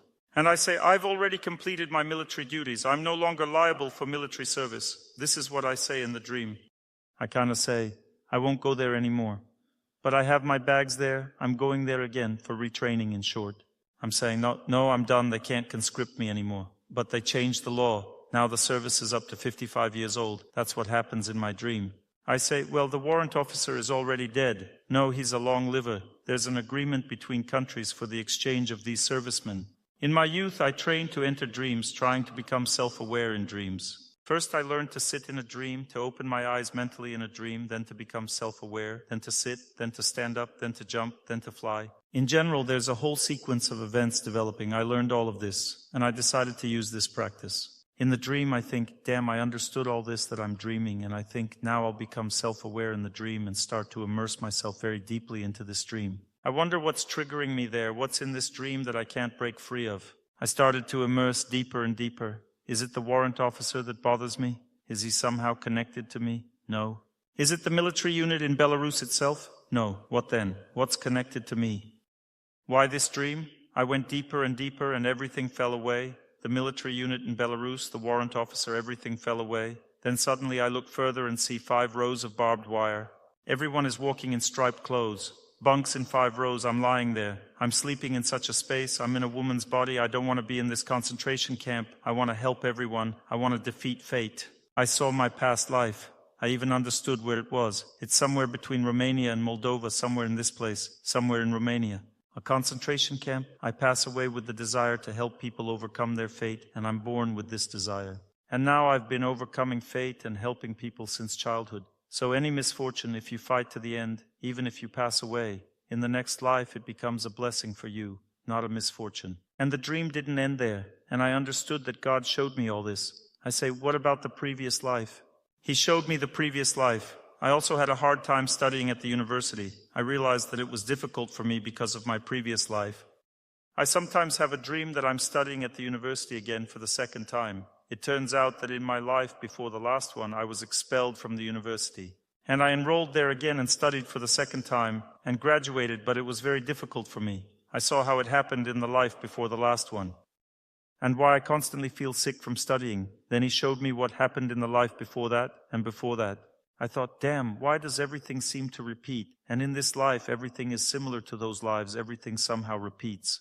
The question is, what is all this for anyway? And there was a pause before another life. I stopped seeing further. There was a pause. And the answer is not in words, but just in form of knowledge, so that you would be at least a little closer to me, at least a little bit. All these lives are only meant for this. Nothing else matters. Concentration camps, military service, everything, it's just life. And the purpose of life is that you would be at least a little closer to me, that's all. There's no other purpose. I received this knowledge from God.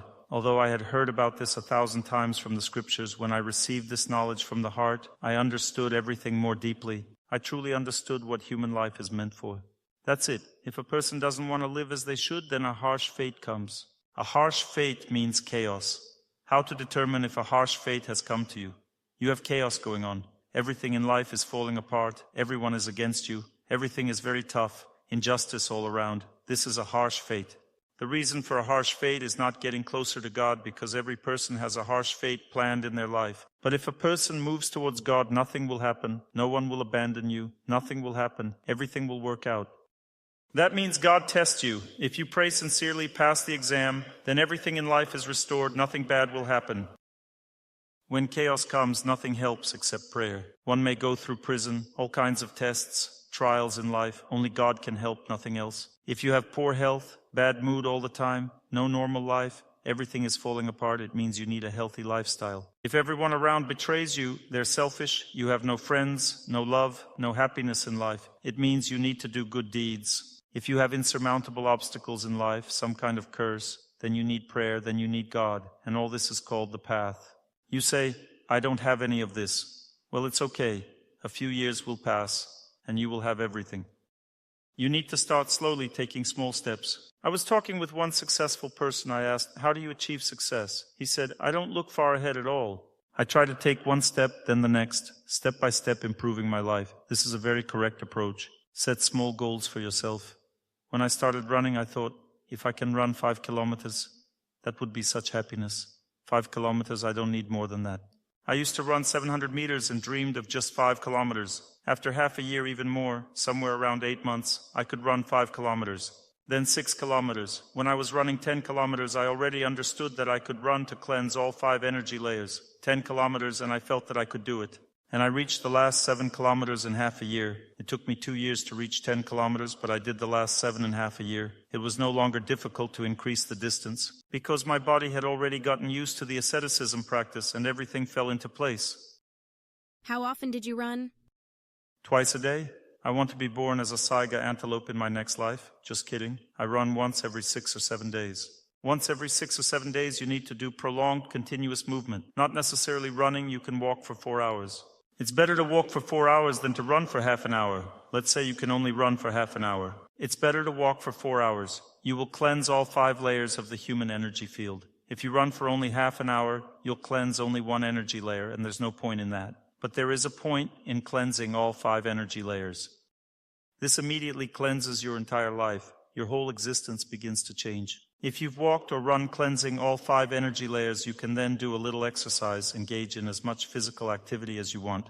But if you only do dynamic exercises and don't do static ones, there will come a time when you'll experience an imbalance. That means you need to do water practices, static exercises, prolonged movement, and fasting.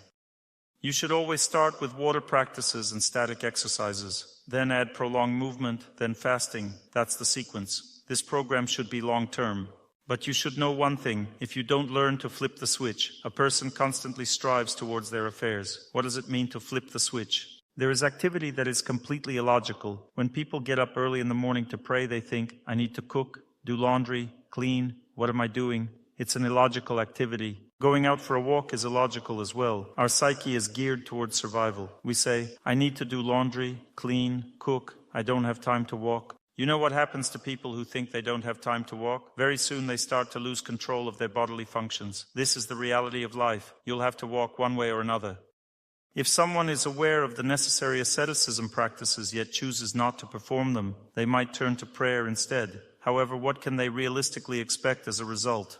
The result will be nothing, because to overcome diseases through prayer, one needs to be a holy person. Prayer primarily delves into the depths of a person's fate. While the physical body represents the more tangible aspects of that fate, it is often seen as a form of punishment manifested in our lives. And prayer mainly corrects the part of fate that has not yet been embodied. It can change the future, somehow help us in life to get closer to God. It can change the understanding of things. It can change events that haven't happened yet, but are approaching, or help relatives who have passed away. But prayer won't dissolve the disease that's sitting in the body, because it doesn't have such a function. Of course, if you intensify prayer, it starts to reach the physical body as well. But if we're talking about the physical body, asceticism practices are designed to work with the physical body.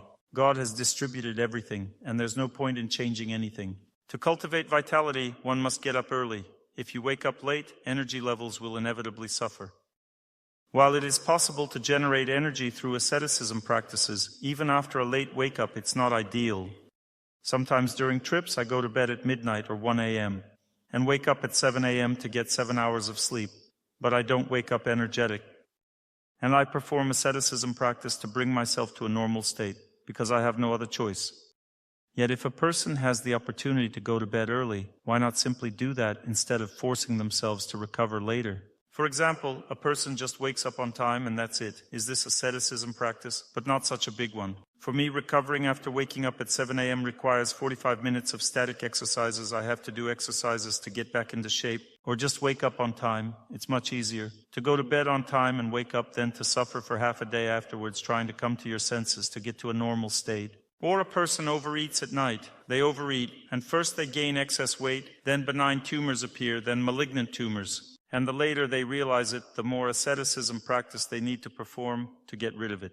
Let's say a malignant tumor. This requires prolonged continuous movement plus fasting, plus it must be surgically removed, and it's not even certain that you'll cure it. Maybe there's some chance. Not every benign tumor can be cured either. Therefore, it's better to live by the rules than to try to fix everything later. You understand this in life too. For example, when my headphones broke, I consulted a specialist who advised me that it would be more cost-effective to purchase new ones than to repair the old. Similarly, once a person has severely compromised their body, it often becomes easier to let go of life and be reborn than to try to mend the damage. This is the unfortunate reality. People may pass away prematurely without rectifying what went wrong. Therefore, in all our actions, we must employ methods that yield faster and more reliable results. To enhance mood, work capacity, and health, one should engage in asceticism practices and engage with nature. You all know these methods. I openly share them, and you can apply them in practice. Now let's shift our focus to relationships. Asceticism practice and a healthy lifestyle are the foundation of life in general. The foundation cannot be removed. If you remove the foundation, the house will sink and collapse. A consistent daily routine, balanced nutrition, and active engagement with nature form the bedrock of a fulfilling life. Without these, even the kindest person will find their life crumbling. How does this deterioration manifest? Through diminished energy. Even if you're incredibly kind and adept at managing relationships, make it so that there is little or no energy escaping or wasted through them. But it will still gradually decline. You will be getting weaker over time. But with health, you can't do anything anymore. If energy declines, health collapses. Relationships can still be maintained somehow just by being kind. Let's say a person says, I don't practice asceticism, and we have excellent relationships in the family. Yes, this can happen if you are a very kind person, easygoing, your wife is exactly the same, then the relationship can be very good. And even if it's difficult, there's not enough energy, people still try to behave normally, and somehow they survive. But it won't work like that with health. That's why I say that asceticism practice is primarily intended for good workability, health and longevity. Asceticism practice, daily routine, and proper nutrition.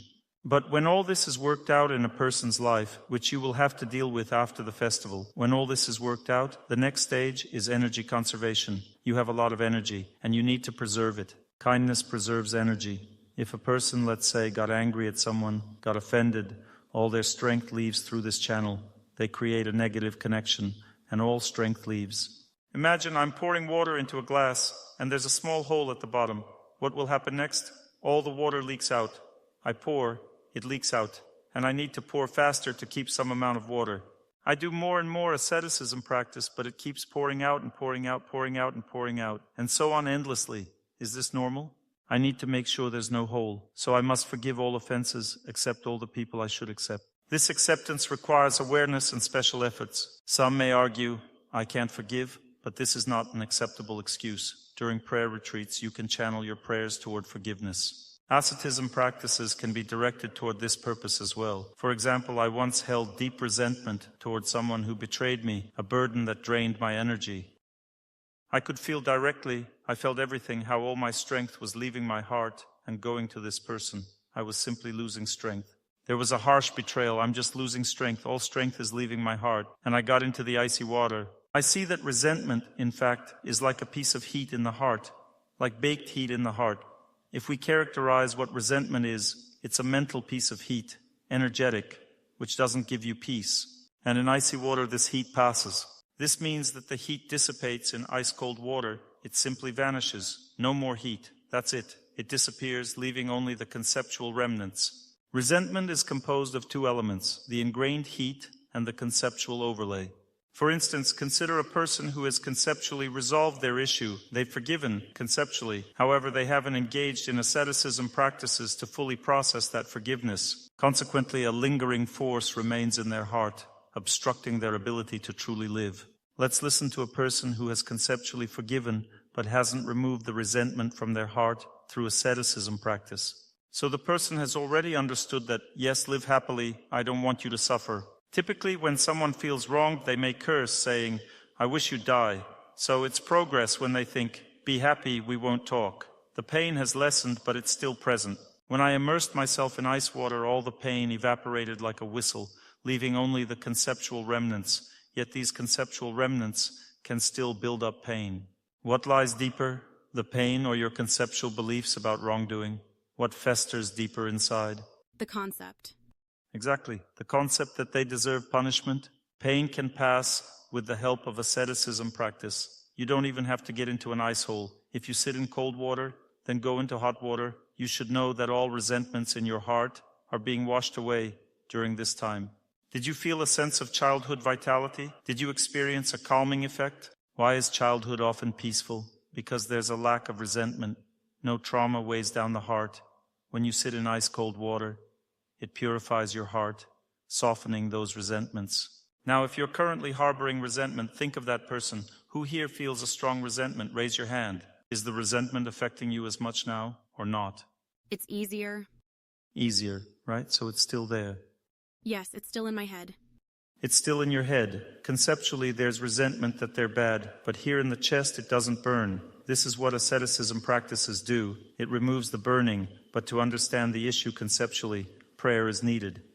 What prayer does, it gives awareness. For instance, I've had such situations, revelations, where I start to feel that in the past I committed an act, and because of this I'm now receiving punishment from this person. This understanding eases the burden. If a person knows the reason behind their suffering, it always makes it more manageable. I once encountered a man who said, my wife cheated on me, which is unpleasant, of course, but I know why it happened. I had cheated on her first. He said it with calm acceptance. I understood that the Lord just gave me a gentle nudge, and I felt grateful for that lesson because it showed me the consequences of my actions, and that God exists. It means the Lord exists if He did the same thing, exactly the same with me, as I did to my wife. Now she did the same to me. Thank you, Lord, for the lesson. It became easier for the person. And imagine if you did something in a past life, and in this one, it's not clear what it's for at all. For this, prayer is needed because when you connect with God, you may not see the exact events there, but knowledge comes to your heart that everything is right in relation to you. You directly feel that it's right, and conceptually it then becomes easier. Thank you very much for the flowers. You see, women often manage the environment, right? It's not typically men. Men might place things down and leave, but women instinctively know where things belong. When I was living alone, things felt simpler, though admittedly a bit dull without a wife. I could arrange my space as I pleased. Now returning home with my wife present feels different. Come here, do this, take that off, put this on, go there, do that, sit down, stand up, eat, stop eating. Everything is under control. Men often don't like this. He thinks, what is this damn? But a wife, a woman can't stand when something is done incorrectly. She herself can do something wrong. Let's say she suddenly ate a couple of extra buns. It's okay, I wanted to. But God forbid her husband to have a treat. She'll just go crazy. Are you out of your mind? Your health will deteriorate. She immediately takes away all his extra buns. And she herself, oh, I somehow ate all the buns that you left. This is female nature. Men should understand this. If you take a wife, then endure. You'll now be under control, complete control. It's enlightening to learn to pray through the lens of fate. Some believe resentment is everlasting, like a shattered vase that can't be repaired. What other sayings exist? You can't step into the same river twice. You can't step into the same river twice. What else? Smart people don't step on the same mop twice. There are 1,000 ways to say that I'm not going to forgive anyone, I'll continue living as I live. That's it. But this won't change anything in your life. If you haven't worked through your fate, it means you'll suffer. Consider someone whose calling is to be a doctor but didn't get into medical school because they resigned themselves to that old saying. And then all their life they work as who knows what and suffer because they didn't achieve their goal in life. So you always need to deal with fate. If you don't figure it out, you'll suffer. Even if you can't return to the past, you can still process those relationships in your heart. Every chapter that has closed should be accompanied by bright, positive memories. The new chapters of your life should be built on clean, uplifting memories. Otherwise, what happens? If you carry a burden in your heart and enter new relationships with that weight, it will influence your future relationships. The stone you carry will become the foundation for new relationships. You will already be living in a new reality, not the one you were in before. And so this reality gets worse and worse over time. It happens that a close person passes away completely. There's nothing you can do. Whether you get upset or not, a residue still remains. And the previous relationship will never be the same, because the person didn't create a bright page, didn't pray for it. Let's say fate has beaten you up. So you should pray. Try to create a bright page. A person's heart should always be like a blank sheet of paper. We should always try to make an adult's heart like that of a child. There should be purity in the heart towards everything that has happened. You should try not to hold grudges if something happened. Pray and forget about it. Don't accumulate all of this. You are getting rid of unnecessary things in the house, so you need to cleanse your heart as well. Imagine if junk is piling up in the house. Would it be okay to live there? Everything stinks and dust is everywhere. Is it fine to live like that? No. And junk is piling up in the heart too. What makes a person age? A person ages because they don't free their heart. To avoid aging, you need to free your heart. Moving towards means digesting fate. Why do people break up? They don't transform infatuation into love. God gives infatuation for a time. Infatuation means that you are crazy about a person, you enjoy them, you feel good with them, but you won't enjoy them forever. A person can't enjoy anything eternally, everything gets boring. You need to transform infatuation into love. This means you need to learn to be faithful to a person, to experience happiness from loyalty, to experience happiness from purity in relationships, from beauty in relationships, from depth in relationships, and in this case, people don't break up. But if they didn't pass this test, their feelings faded. There's nothing more to do. They lived together for a few more years and then parted ways, like ships at sea. It's such a dependent position. Let's say a person came to some country, and the country says, "We're so glad to have you. Let's pay you benefits so you can get back on your feet." They pay them benefits. They are happy. I'm getting benefits. They feel good and don't need to do anything in life. Then after a couple of years, they were told that the benefits had ended. They think, "I'll go to the next country where they pay benefits." What are you doing? You're just committing sins. You're spending your devoutness just to have a good time. A person should earn their living, not waste all their time. Just as any benefit ends, so does infatuation. God gave the benefit so that people could somehow survive. The benefit has ended, so I'll go look for the next one, since I don't feel anything with this one anymore. With each one, then, you feel less and less. A man in his 40s came over to talk to me, a handsome man with a kind character. He said, "I can't find a woman to marry." I said, "What do you want?" He said, "I want infatuation. I want to fall in love." I said, "How many girlfriends have you had?" With each new girlfriend, the period of love will decrease and decrease. And now your cycle of love or infatuation is already 2 weeks maximum. What are you counting on? You've spent all your love. You've had so many women that you fall in love for 2 weeks and fall out of love in a day. He said, "That's right." So I suggested to him, "Then just marry a good woman, live and overcome fate, developing love, because your infatuation has ended."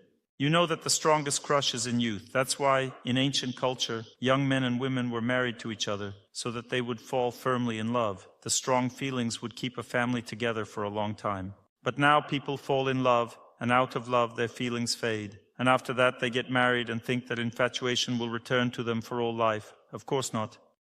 The second reason why families break up is the accumulation of resentment in the heart. Imagine you moved into an apartment, into a new house, and you're making a mess there, dirtying it, not washing the dishes.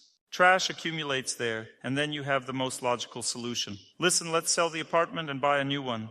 You can't do that with your body. The same goes for the heart. It needs to be cleaned. You have to clean your heart just like an apartment. You know that it's unpleasant to live in a dirty apartment. Even in a clean apartment with a dirty heart, it will still be unpleasant to live in, because the heart is the deepest apartment. Imagine you have an apartment within an apartment. There's a room and an apartment. You've dirtied the room where you sleep, but the apartment is clean. Will it be okay for you to live there or not?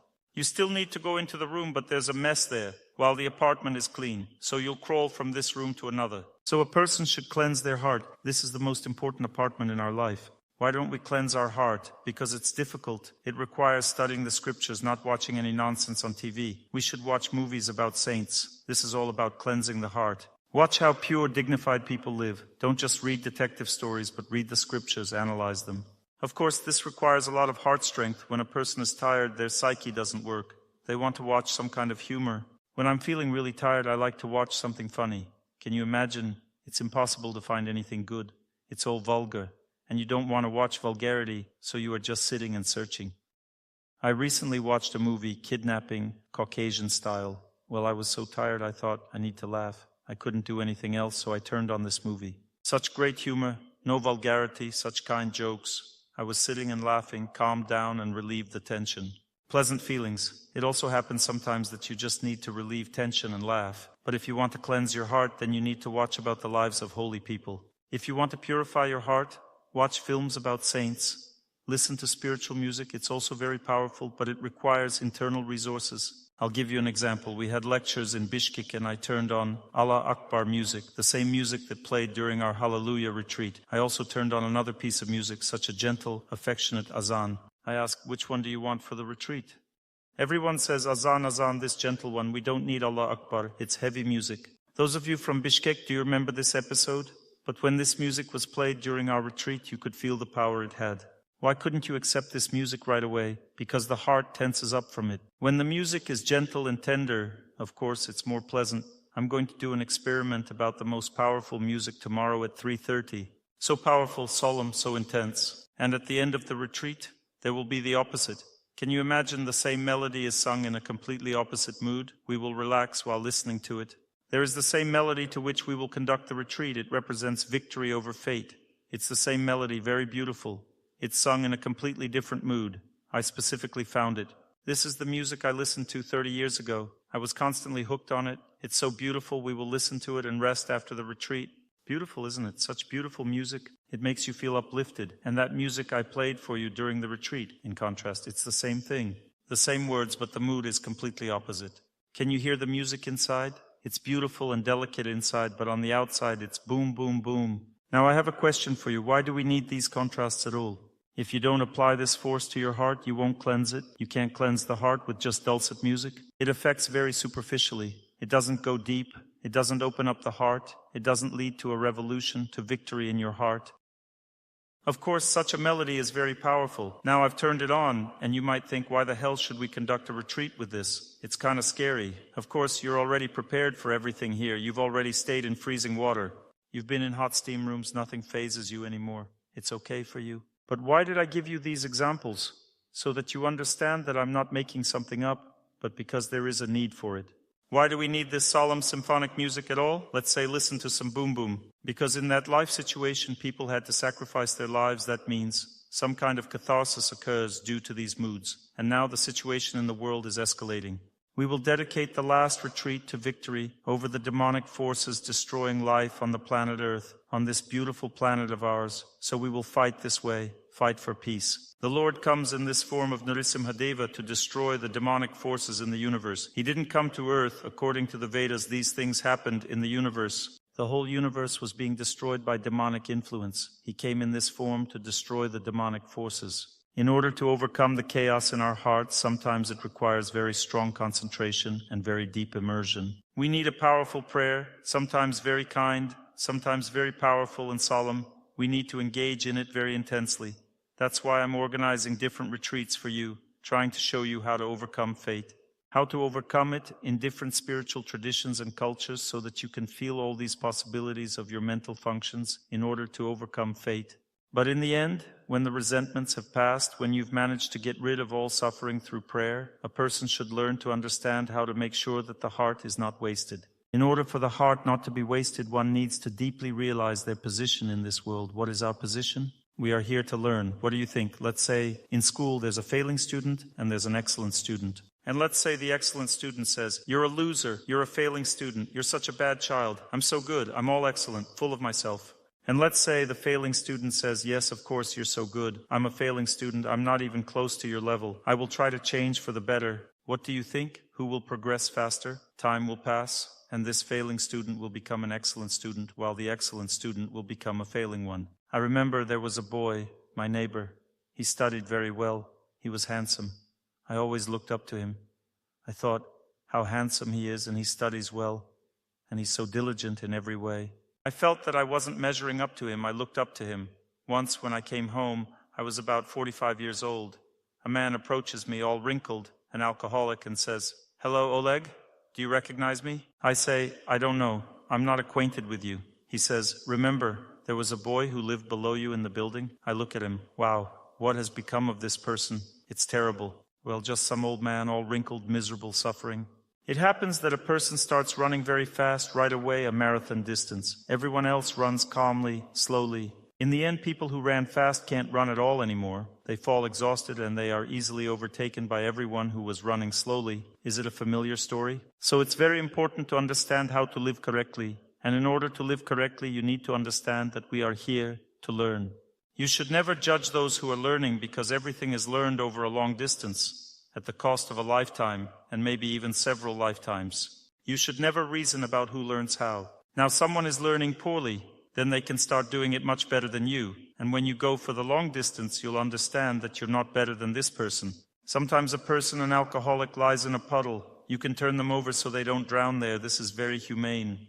But when you turn them over, you have two perceptions. One, you look like a pig. That's one perception. And another perception is that this person develops gradually. Now they are at a stage of being an alcoholic. I used to be like that too, but now I'm different.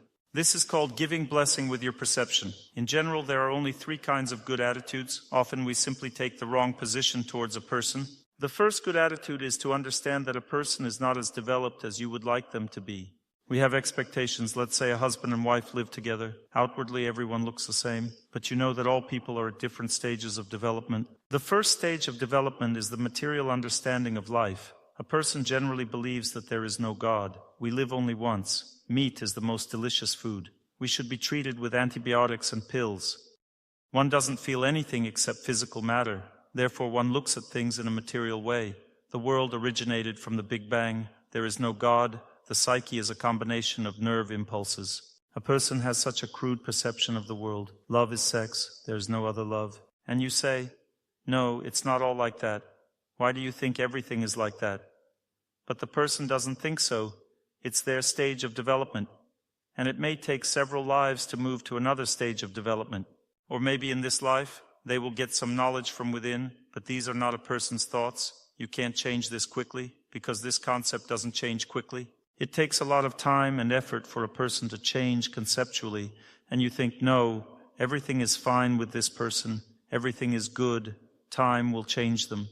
You hope, which means you expect, but nothing changes. A year, 2, 3 years pass, you have already developed, but they remain the same as they were, because the person changes very slowly, at their own pace. You know, human development happens like this. One is here and has a slow speed. They develop at such a speed, and you've already taken off. You shouldn't compare people. The next concept is the pranic understanding of things. Pranic understanding of things is when a person considers money the main thing in life. One doesn't just need to enjoy, one needs to earn money. The next concept is mental. This is when a person believes that it's not about money, not just enjoying life and earning money, but it's necessary to perceive the world more subtly. So it's like the nobles of about the 19th century, poets, artists, such psychedelic moments in history. One needs to perceive the world more deeply. Paintings, melancholy season, charm of the eyes, your farewell beauty is pleasant to me. If a person perceives the world subtly, it doesn't mean that they already have a moral foundation. Yesenin wrote very beautiful poems about nature, on the one hand. On the other hand, he sings, "I'm a Moscow mischievous reveler throughout the Tver neighborhood. In every alley, every dog knows my easy gait. Every scruffy horse nods its head to me in greeting. For friends, I'm a good companion. Each of my poems heals the soul of a beast." Turns out he's such a pleasure seeker. The moral foundation is located higher than that. Such a subtle perception of the world doesn't yet mean that you will be a conscientious person. The next stage of development, a person is an artist, poet, writer. You know, many poets and writers are drunkards and libertines. They perceive the world very subtly, but at the same time they can allow themselves to leave their wife or do something like that. That means a subtle perception of the world is the next level. Above it stands the moral level. A person already wants to live according to conscience. Only from the moral level does personal development begin very rapidly. Before this level, all people develop very slowly and have a very weak understanding of what purity is, what sincerity is, what truthfulness is. They tend to manipulate, treat people wrongly, deceive, betray, drink, beat. Depending on the concept, all people are at different levels of development. If you think that a person will change right now in 5 seconds, one won't change at all. A person changes as they can. And what is kindness? What is kindness? Kindness means understanding God's plan. And the Lord says, judge not lest you be judged. This is a very, very important thing. What does it mean not to judge? If a person behaves incorrectly, it's not your business. If it's within your power, correct them. If it's your son, punish him. You have a duty. But if you don't have a duty towards a person, why are you thinking about them, talking about them? Or often people discuss leaders. Imagine a person lifting a very heavy barbell. One takes it and their legs start shaking. You think, they didn't take the barbell correctly. They should have taken it higher. They should have squatted differently. Why are you reasoning? You yourself can't even lift the barbell off the floor, but you're reasoning about how one should stand, squat. First lift it off the floor, then you can reason about what to do next. People discuss how a leader behaved, but do you know how many temptations there are? Give a person $5 and 5 times that amount, and they already start drooling. It's driving them crazy. One doesn't know how to live now. One feels so fortunate. Maybe I should go to New York, buy an apartment. As soon as a person gets a little more money, that's it. They change their plans. I won't live in this country anymore. Actually, my wife is not good enough. I need to change her too. One wants a complete upgrade in life. And they judge leaders who have so many temptations. Once I was preparing for consultation. 2 women were sitting nearby discussing the political situation in the world, how each country behaves, discussing presidents. They were sitting and talking. As Pushkin wrote, we all look to be Napoleons, millions of 2-legged creatures. My dears, judge not, lest you be judged. Who behaves, how and where? You don't know in what conditions a person is placed. A leader can dream about how they would like to behave in life with people. They can daydream, but nothing changes after that. Fate can weigh you down so hard that you'll have to behave completely differently. And it's not your business. It's not our business how someone behaves. I had such a situation. An acquaintance of mine left his wife. She was engaged in spiritual practice and he was engaged in spiritual practice. They also had a wonderful child. They lived in a holy place. He left her and married another woman. Also a good girl, also engaged in spiritual practice. And one of his friends started to strongly judge him. He says, how could you leave such a good, sublime woman? She's a saint. You abandoned her. And so on. He was speaking correctly to the point, but he wasn't speaking kindly. He was speaking with hatred. A year later, he left his own sublime wife and found another one. Why did this happen in his life? Because when we judge someone, God gives us the same trials to test us to what extent we have the right to judge this person. If you don't have enough of your own problems and you want to collect someone else's, then go ahead. You can judge everyone and gossip about them. Therefore, kindness means learning. We are all learning here. Just understand that the person couldn't cope. God will deal with them. What do you have to do with it? Are you God or something? Why are you dealing with this person? What for? Mind your own business. Don't you have anything else to do? We have so many problems and sins in our hearts. We have nothing to do. We need to deal with our own sins. There's an endless amount of work there. You know, there are 2 categories of people. Some deal with their own hearts. They don't have time to pry into other hearts at all. We have a mess inside our hearts. Why pry into other people's life? And others are either too lazy or lack the strength to deal with their own hearts. And they pry into the hearts of others. And they start discussing suffering because someone is not the way they would like them to be. I'll explain this in another way. There are 2 types of comfort. Undeveloped people seek external comfort, and developed people seek inner comfort. If a person seeks external comfort, everyone can destroy external comfort, and you will constantly suffer every second because everyone is destroying your external comfort. But if you have achieved inner comfort, external comfort will also concern you as it concerns all people. Everyone wants some calmness, stability in this life. But it won't bother you as much. Because you feel inner comfort, you're already feeling good. You know, when people have gone through war, severe suffering, they know that if they immerse themselves too deeply in it now, they will simply be destroyed, and they somehow start to seek inner comfort. So to speak, broken people. When people have gone through war, they are very tolerant of everything that happens. They're calm and kind. That means a person needs severe suffering in order to understand what's right. Or maybe it's not necessary to go through war. Maybe just move in this direction right away. As one woman tells me, Dr. Torsunov, I had a good husband, but I left him. I say, why? She says, I was a fool. So what now? Now she says, it's like in the song, yellow leaves are swirling over the city. And now I can't find anyone for myself, and I regret it. And he has another wife, a good one. They live happily. What's the reason? Why did it turn out this way? The reason is in this commandment, judge not, lest you be judged. When we start looking for shortcomings in another person, it turns out that we have more of them. Just no one helped us figure it out. Therefore, kindness is needed. What is kindness? When, let's say, a tough fate comes, there are 3 states in which a person can find themselves. The first state is calm. The second is when a person feels pain and begins to judge those who cause them pain. This judgment can be called resentment, anger, irritability, dislike, whatever. So, when a tough fate comes, the first state is calmness, and the second is judgment, resentment, pain, anger. All this is judgment. And the third state is hatred. 3 states in total. When a person is in a state of calmness, tough fate does not affect them. When a person is in a state of judgment, it affects them, but gives them a chance not to be destroyed. That means when a person is offended, angry, they can still fix everything. They can ask for forgiveness, get out of this crisis in which they find themselves. And the third stage is hatred. In a state of hatred, nothing can be fixed anymore. This is a state in which everything goes downhill. A person falls. Their life is destroyed in this state. How can a person find themselves in a state of calmness if they experience a cruel fate? It torments them, it throws them off balance, it affects their brain, cripples them, incites them. Imagine, you've been hit in the face, but you're calm. Calmness doesn't mean you're like a stone. Imagine such a stone with a diamond surface. No matter what we do with it, it remains a diamond surface. They say an unbreakable person. I'm not talking about that. Holiness means sensitivity, delicacy. A person is sensitive.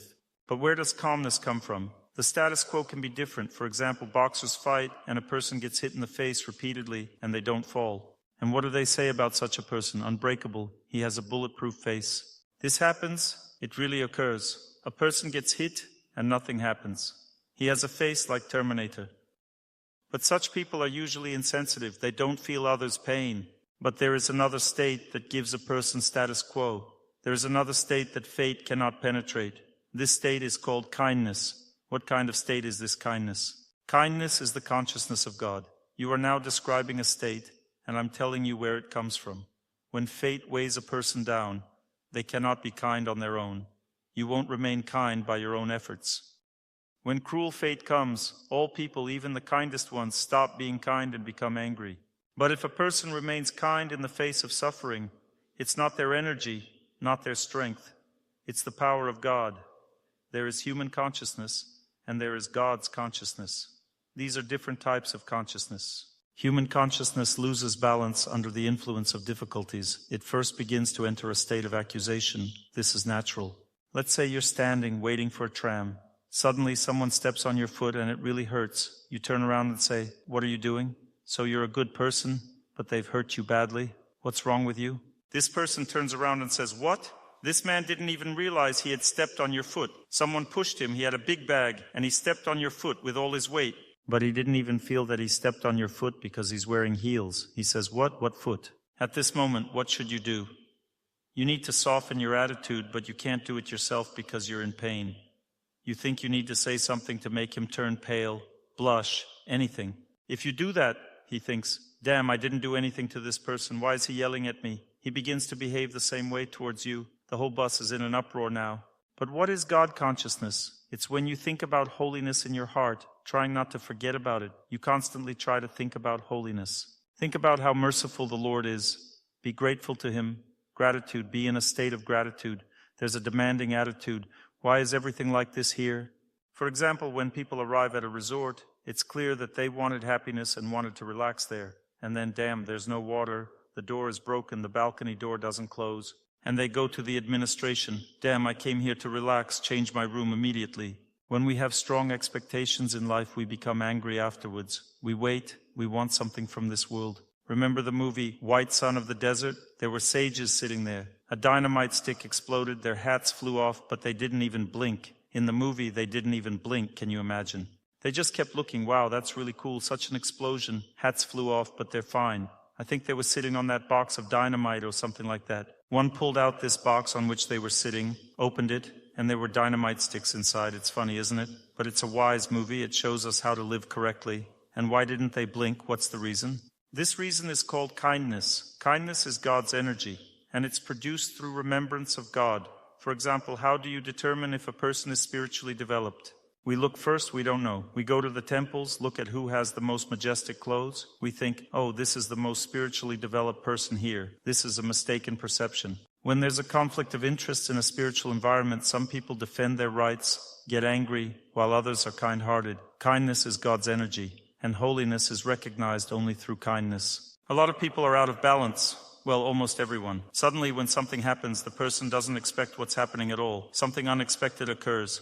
But when a few seconds pass, the person starts thinking about God and enters a state of kindness. The state of kindness is a very powerful state. It changes life so much. First of all, kindness itself dissolves all small obstacles in life. This is called luck. When you're in a kind state, everything that should affect you negatively melts around you. Let's say you're going through some passport control, and according to your fate, you should be detained. But they don't detain you, they look at you and let you pass. That's how kindness works. It's God's energy. It's a type of luck. They understood your situation and treated you kindly. Life challenges hit you in the heart too, but it doesn't get punched as hard. Kindness means that you don't expect anything from this world. You expect everything only from yourself. What depends on me will be good, and everything else is unknown how it will be. Kindness means that you don't expect anything. You have nothing to count on in this world. This is kindness. It's much easier for a kind person to live. They spend less energy. And through any offense, energy is wasted. You lose energy, you have nothing left. Imagine you've come for a rest. Resting means accumulating energy, right? You got offended by someone here at the festival. You come up and say, Dr. Torsunov, I'm going home. Why? There's no rest here. Everything is bad. Why can't you rest? There's nature, mountains, springs. Someone ruined my vacation. But if you examine your state, look deeper, it's a simple situation. You just feel very offended. And that's it. You feel offended. I'm going home. There's no rest. Everything is ruined. They ruined everything for me. But the reason is a small one. But why did they ruin everything for you? Because you can't forgive. And what does it mean to forgive? It means giving a person a chance. They are so bad, you curse them again and again, but they get even worse. But just give them a chance. Let them become better. Believe in them. Think, well, this person can change for the better. This is called kindness. It blesses people. Let's say someone did something very bad to you. You thought, I wish you were dead. Then you prayed to God and thought, but not right away. Then you prayed again, well, you'll be dead when the time comes. You prayed again, well, you can just live to your age and die like everyone else. This curse should soften gradually during prayer. It's a mild way to solve the issue. This is called kindness. One holy woman had 5 sons killed. Her husband caught the murderer and dragged him to her. And God was standing nearby, God himself. And he says to God, what should I do with him? God says, kill him. Otherwise, he will continue to kill in the future. This man who killed 5 sons was the son of this person's mentor. And he was also a mentor for this woman. And his wife was like a mother to her. She says, for me, this woman is like a mother. Her son has strayed from the right path. He committed an atrocity. He killed children while they were asleep. This is a very great sin to kill people like this. And she said, let him live, because otherwise another mother will suffer. She is my elder. I cannot accept that she would suffer. And she said, let him live. She had no more children left. All the children were killed. She had 5 children in total, very holy, dignified children, but all perished. She kept that murderer alive. This is kindness. Although God said, kill him, that's what happened. He continued to kill afterwards. But God protected, didn't allow further killing, didn't allow the dynasty to be destroyed. This is Mahabharata. It shows an example. Why are the scriptures written? They show us an example of the correct way to live. When Jesus Christ was asked, how many times should I forgive? Should I forgive them 7 times? They have already sinned against me 7 times. How many times should I forgive them? He says not 7 times to forgive, but 7 times 7. That's 49 times to forgive. That means endlessly. Always forgive. Then the question immediately arises, are forgiveness and permissiveness the same thing? You see, you don't know. You need knowledge to forgive someone. One lady came up to me and said, my brother is taking away my property. Should I forgive him or sue him? And how did I answer? You should forgive first, then sue. It won't work out with an angry heart. That means you can't allow a person to sin. At the same time, don't spoil your own heart either. Forgive and sue. When you forgive, you will definitely win the court case. Should you forgive people who commit aggression or fight with them? Forgive and fight. This is the position of holy people. When holy people fight, they don't hate those they fight against. They have no hatred. They fight with a kind heart, such invincible warriors. What does a kind heart mean? Who is in the heart when it's kind? God is. If a person fights, but there's God in their heart, can they be defeated? No. If God is in the heart, he protects. If you have anger in your heart, then God is not there. There's no one to protect you. One man was released from the war for 2 weeks. He and his wife had an online consultation with me about how he can stay alive. That means people are sent to the front, and often they fight not because they want to. They were sent there without being asked. And he asked, how can I stay alive? I say, when your wife feels that her whole body and mind is paralyzed, when she feels hopelessness. This means it's a dangerous period for her husband. She needs to pray, pray, and pray, and she will definitely save her husband. Everyone who does this is saved for sure. This works absolutely for sure. And he says, what should I do? I say, you need to keep your heart in kindness. This doesn't mean becoming soft. It's about keeping the heart in kindness. He says, and when the situation is such that you feel the enemy is attacking you, and they are going to destroy and trash everything, the shells are exploding, what to do?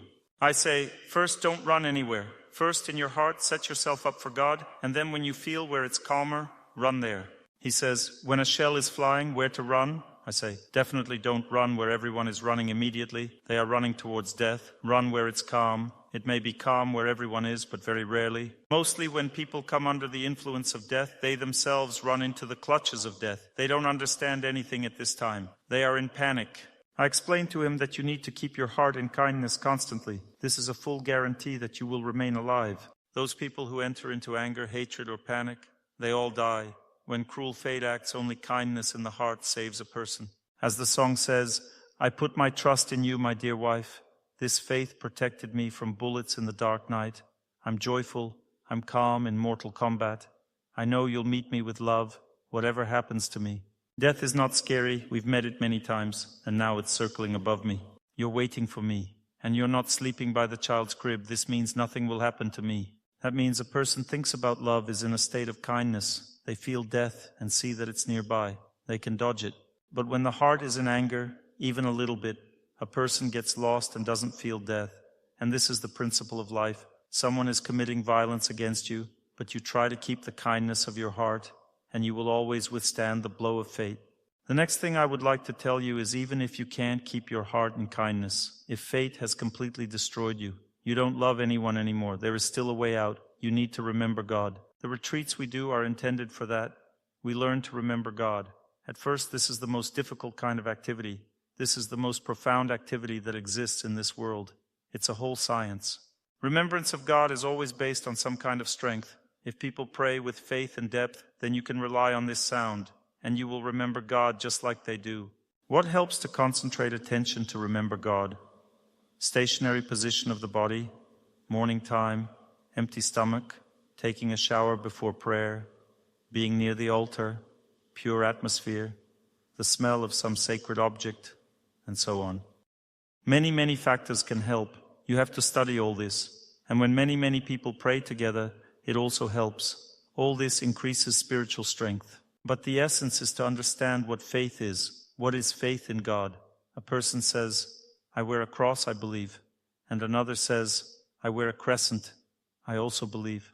What is faith in God? What does it mean to trust? I really don't like this word. Look, I'm going to explain it to you now, and please remember, when you have a very difficult situation in life, everything falls apart. Faith in God means that if I make maximum efforts and at the same time pray to God very hard, then definitely, I will be able to overcome this situation. If you're not completely sure, it doesn't mean you have faith. Faith means that you just don't have even a shadow of doubt. And also faith in God means that you know that He knows what to do with you in this situation. Some people think that victory means it should be as I want it to be. There was a situation with one woman whose husband left her. She prayed for many years, participated in retreats with me, and she began to overcome her fate. She passed the first circle of fate. Calmness appeared in her heart. She asks, have I passed the first circle? I say yes. Second circle means cleansing of relationships.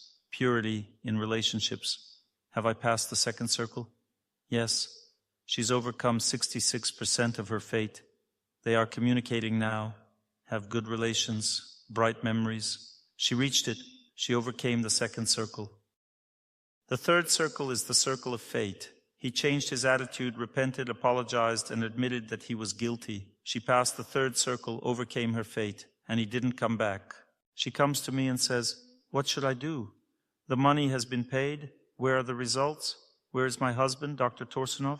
Faith in God means knowledge that God Himself knows what's best. I must do everything to overcome fate. And for me, overcoming fate means the return of my husband, but I don't know what it means for God. And if I pray to him, I've passed 3 circles of fate, what does it mean? It means that now I've given him the right to do what's best for me. Because while fate is acting, God will not intervene. When you've overcome your fate, he can intervene. And he will do what's best for you, and you don't know what's best for you. Several years pass, and she says, wow, Dr. Torsunov, I got such a good religious man. And before that, I lived with an atheist. I suffered with him. Thank you, Lord. Several years passed, and she understood. She went through 3 circles of fate. Why didn't God bring her husband back? He wants to give someone better, but we don't know his plan. Well, either God wants to give a better one, or can he bring this one back? I've had many different cases. A woman prayed, went through 3 circles of fate, but in her heart she didn't want him to come back. She passed 3 circles of fate. He returned. I've come back to you. You were waiting for me praying. You brought me back. Well done. Is this normal or not? Remember, if you've overcome fate, what does it mean? God will do the very best for you. The very best will be yours. This person then quickly changed for the better. She was so grateful that he came back after all, that she didn't meet some other person. She realized that he was very good. She just didn't know anything about it. God gives a person the very best. Thy will be done. I prayed this morning and entered such a very pure state, and from my heart came such pure, bright knowledge. Thy will be done. That means I don't need another will. I feel so. Thy will be done. Hallowed be thy name forever and ever. I felt such a state. Isn't that great? When you feel God, his power, might, purity, you want to give your life to his will. Thy will be done, to submit your life to his will. Do you think that you're not ready for such sacrifices yet? But what does sacrifice have to do with it? We're talking about the best thing that can happen in a person's life. No sacrifice is the most beautiful, the best things can happen. This is what faith is. Faith means that you know that God gives the very best. My wife's mother unexpectedly passed away. She had good health, used to walk for 4 hours, and was engaged in service to God. She was almost 78 years old. She had a mild heart attack, felt heaviness in the heart. They called an ambulance. And God made it so that 4 events occurred that took her life, an irresistible force. She shouldn't have done those health treatments that made her feel worse, but she did. She shouldn't have gone to the hospital, but she went. She shouldn't have agreed to bypass surgery in the hospital, but she agreed. She shouldn't have been transferred from intensive care to a regular ward, but she agreed. And that's it. She passed away. Massive heart attack. She passed away. An insurmountable confluence of circumstances. I started praying, and God revealed a lot of interesting things to me in this prayer. I found out she had told my wife that she didn't want to experience old age. She seemed young all the time. She was very active, worked in the garden. She had a lot of energy until the last second of her life. It was a very favorable passing away. A few days before her death, she wrote her last WhatsApp message to me saying, Oleg, you are the very, very, very best son-in-law in the world. There are no others like you. She said goodbye to me. The last message, and that's it. When I was leaving for a trip, she never came to see me off before. She lived nearby. She waited for me to come out. She waited from early morning. She walked around the yard, waited. Then I came out. She hugged me. This was a few days before her death. Although she felt great, wasn't sick at all. Everything was very favorable. That evening, my wife, who hadn't spent much time with her mother lately, came to her and lay on her lap. And my wife says, Mom, do you ever think about death? Mom says, what's there to think about? My wife says, I don't know why I asked Mom this. And this was just a few hours before she was taken to the hospital. Although her heart was fine, later an attack began. She had been feeling well. I started to analyze, pray, and saw the future. I saw, for example, how she lives, doesn't go to the hospital. My wife asked me, if she hadn't gone to the hospital, would she have died? I said no, she would have stayed alive. And then she asked, why did she go to the hospital then? Why did the Lord do this? I started praying and saw that if she hadn't gone to the hospital, because of this heart attack, there would have been a minor heart attack. She would have started aging quickly, feeling worse. She would have stopped praying, started suffering, thinking badly, and she would have eventually gone lower. Now, when the Lord took her, he took her to a rather high planet. Not everyone who prays all their life gets there. And she had only been engaged in spiritual practice for the last 4 years. It's a very good, beautiful spiritual planet. Not spiritual, but the opening of heavenly planets on the solar path. People don't return back from there. They continue to pray. I understood if she had lived longer, she wouldn't have reached this planet. She would have gone lower. That means that the Lord showed his mercy in this way. Then when I prayed, my wife prayed, I saw where she went. I saw how good she is there now. I understood God's plan. A woman approached me crying, saying, Dr. Torsunov, I had such a pure child. He never even said a bad word to me. Why so early? He was 12 years old. Why did the Lord take him? I say, that's why he took him, because the child is very pure. He is already destined for a more sublime life. He has passed all his exams here. She says, "Where is my child? Show me my child." I say, "Your child is smiling in paradise, so happy. He feels so good. He is now your guardian angel blessing you." She asks, "Why did he go there?" I say, "The Lord took him. He had nothing more to do here." Imagine you're in prison. You have so many friends there. It's a good place, prison. You have many good friends. You love everyone. But it's time for you to get out of jail. And everyone says, "Stay with us for another week." You say, "I want to be free." You get it, right? When it's about yourself, it's clear. But about another person, it's not clear. And then everyone cries, "He's such a good person. Why did he leave us? He could have stayed with us in prison a little longer." I'm not exaggerating. Earth is like a prison. It's not the best place to live. If God takes someone to higher planets, he gives his mercy this way. But we don't understand what mercy is. We see a dead body. We see some unpleasant things. We don't see everything else. I figured it all out, saw the mercy, and my wife calmed down. She understood that it was true. And what is faith in God? Now you know. Faith in God means that he will give us the best, but in what case? If I put all my efforts into fulfilling all my duties and praying to always remember God. Because when fate influences, it doesn't care how things turn out for you. But when God acts, he will give the best and most often what you want. However, there are exceptions. Let's say 99% of women who pray will get married. 99% of women who pray will have children. But 1% of women who pray will not get married. They will go to a monastery. And 1% of women who pray will not have children, but will get disciples, because they will become mentors. Some people are chosen. When Jesus Christ's relatives found Mary Magdalene as a bride for him, he agreed. But a heavenly angel came and said that he had a different path. There are chosen people, the chosen ones. Moses didn't enter the promised Holy Land. He saw it already. He just had to come down from the mountain. But he couldn't come down. God forbade it. God said, "You will not go there. Everyone else will go, but you will stay here. Your life has ended." Why didn't God let Moses in there? He had a different mission. They were chosen people. And we shouldn't think that they are worse off than us. They experience the highest bliss, the highest happiness, the highest grace. The kingdom of God awaits such people, but it's not waiting for us yet.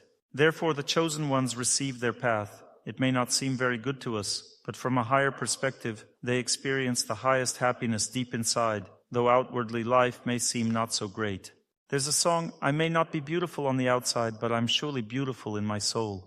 Therefore, in general, when a person makes all efforts and prays to God, they get what they want. It's almost 100% sure, but there are exceptions.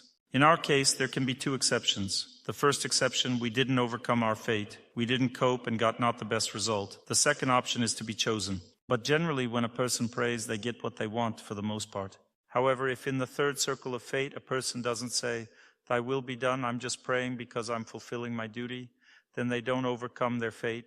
A warrior who is already going to fight is in the third circle of fate. First, one should pray before the battle to reach calmness, then purify their attitude towards the enemy. This is the second circle of fate. And in the third circle, one goes to fight. This is the third circle of fate. And when one goes to fight in the third circle of fate, one should say, "Thy will be done, you will decide what happens next." And then one becomes an invincible warrior. Because for the most part, God's will is such that no one will touch this person. But sometimes he gives liberation to such people. Such a person may die. The Vedas describe there was one great demon. He was actually a sage who unknowingly committed an offense against an even more exalted personality and received the body of a demon. He was a great invincible demon. And when this demon fought with the King of Heaven, the King of Heaven turned out to be like a bug compared to him. This demon was so powerful, mighty, and he defeated the King of Heaven. All that was left was to kill him. But he was a very great devotee of God, even though in a demonic body. And therefore he felt God's will that he shouldn't kill the King of Heaven. Let him live. Although he had sinned and deserved punishment, God told him in his heart, "Don't kill."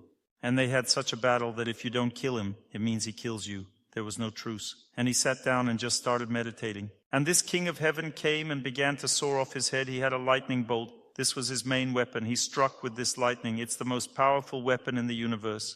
If this weapon touches someone just a bit, it destroys them instantly. But this demon was so holy that the king struck, and the neck was slowly being cut off. A lot of time had passed. He barely cut through his neck. Everyone was already laughing at him, but the demon just sat and thought about God. And at this moment, when his head separated from his body, he went to the spiritual world. He left this world. That means that God granted this demon spiritual reality, and he preserved for the King of Heaven his kingdom. He punished both. In this world, We don't know who is good and who is bad. Everything is very complicated. Therefore, we should simply learn to remember God, keep our hearts in kindness, and overcome our fate. It's very important to understand this in life. I have many lectures called Seminars on Overcoming Fate. Listen and study them. We need to learn to live correctly. Don't give in to fate. Don't let it break you. The punishment is very sad. I'm now studying the subtle energy body through the energy layers. And I've discovered that some people right from birth have these energy dents on their fifth energy layer, which are called energetic blockages. These energy dents indicate that something happened in life. They experienced some stress, some difficult events. I've seen this in small infants. These dents can lead to autism, cerebral palsy, lifelong fears, stuttering, some overwhelming feelings. Let's now examine your fifth energy layer. Who among you feels that someone close to you will pass away soon? Who is supposed to pass away? Mom. How old is she? 74. I see, 74 years old. It's getting close to that time. But I don't see that your mother is about to pass away urgently. Is she seriously ill? She won't pass away in the next 3 years. She won't pass away. But this feeling comes from your previous life. It's like an obsession. Who feels that something will happen to their child? My son is 40 years old. He's in the hospital. No, that's not it. I mean, a healthy son, everything is fine, and a person feels that something will happen to him. I'm worried about my younger son. Your younger son? Show me a photo after the lecture. It might be necessary to pray for him. It often happens that a person is absolutely certain, vividly imagining events, that something will happen, but in reality, it has already happened. It happened in a past life or the life before that. A person fears heights, fears enclosed spaces, and so on. All of this has happened before, and it happened at the moment of death. If a person was in an enclosed space at the moment of death, and they don't surrender to God but instead fall into despair, in the next life they will fear enclosed spaces. If a person falls from a height and doesn't surrender to God but falls into despair, then in the next life they will fear heights. If there was a fire at the moment of death, and the person burned and didn't surrender to God, didn't think about God, then they will fear fire in the next life. And so on. That means the situation doesn't end. Even at the moment of death, a person should overcome their fate with the help of remembering God. Otherwise, in the next life, it's back to square one. All of this goes with you further into your next life. That's why it's very important to learn to believe in God, especially in difficult moments. To think about God even if you're passing away. As the song goes, and if you've seen the death of an enemy in this life, then you'll receive a keen eye, a brave, keen eye. Or get used to reproach. You'll be born again quick with retorts. Get used to reproach. Everyone scolds you. Get used to it. You'll be born quick with retorts. Or, as it's also sung, and if you're as dumb as wood, you'll be born a baobab, and you'll be a baobab for 1,000 years until you die. And if you were a pig, you'll remain a pig. Therefore, it's very important to learn this art of believing in God, not in yourself. Some people think, everything will be fine in my life. This is not faith in God. Everything will be fine for me. Don't tell me everything will be fine for me. What will be fine for you? We all age, we all die. What will be fine? What good things will happen? Everything will be fine. My dears, we need to learn to believe in God, okay? Thank you all very much. I wish you all peace, happiness, health, success, and all the very best in your life. To learn more on the subject of health and healing of the body, please make sure to read my health guide, available for download on my YouTube channel or on my Instagram page. Thank you very much, and see you soon.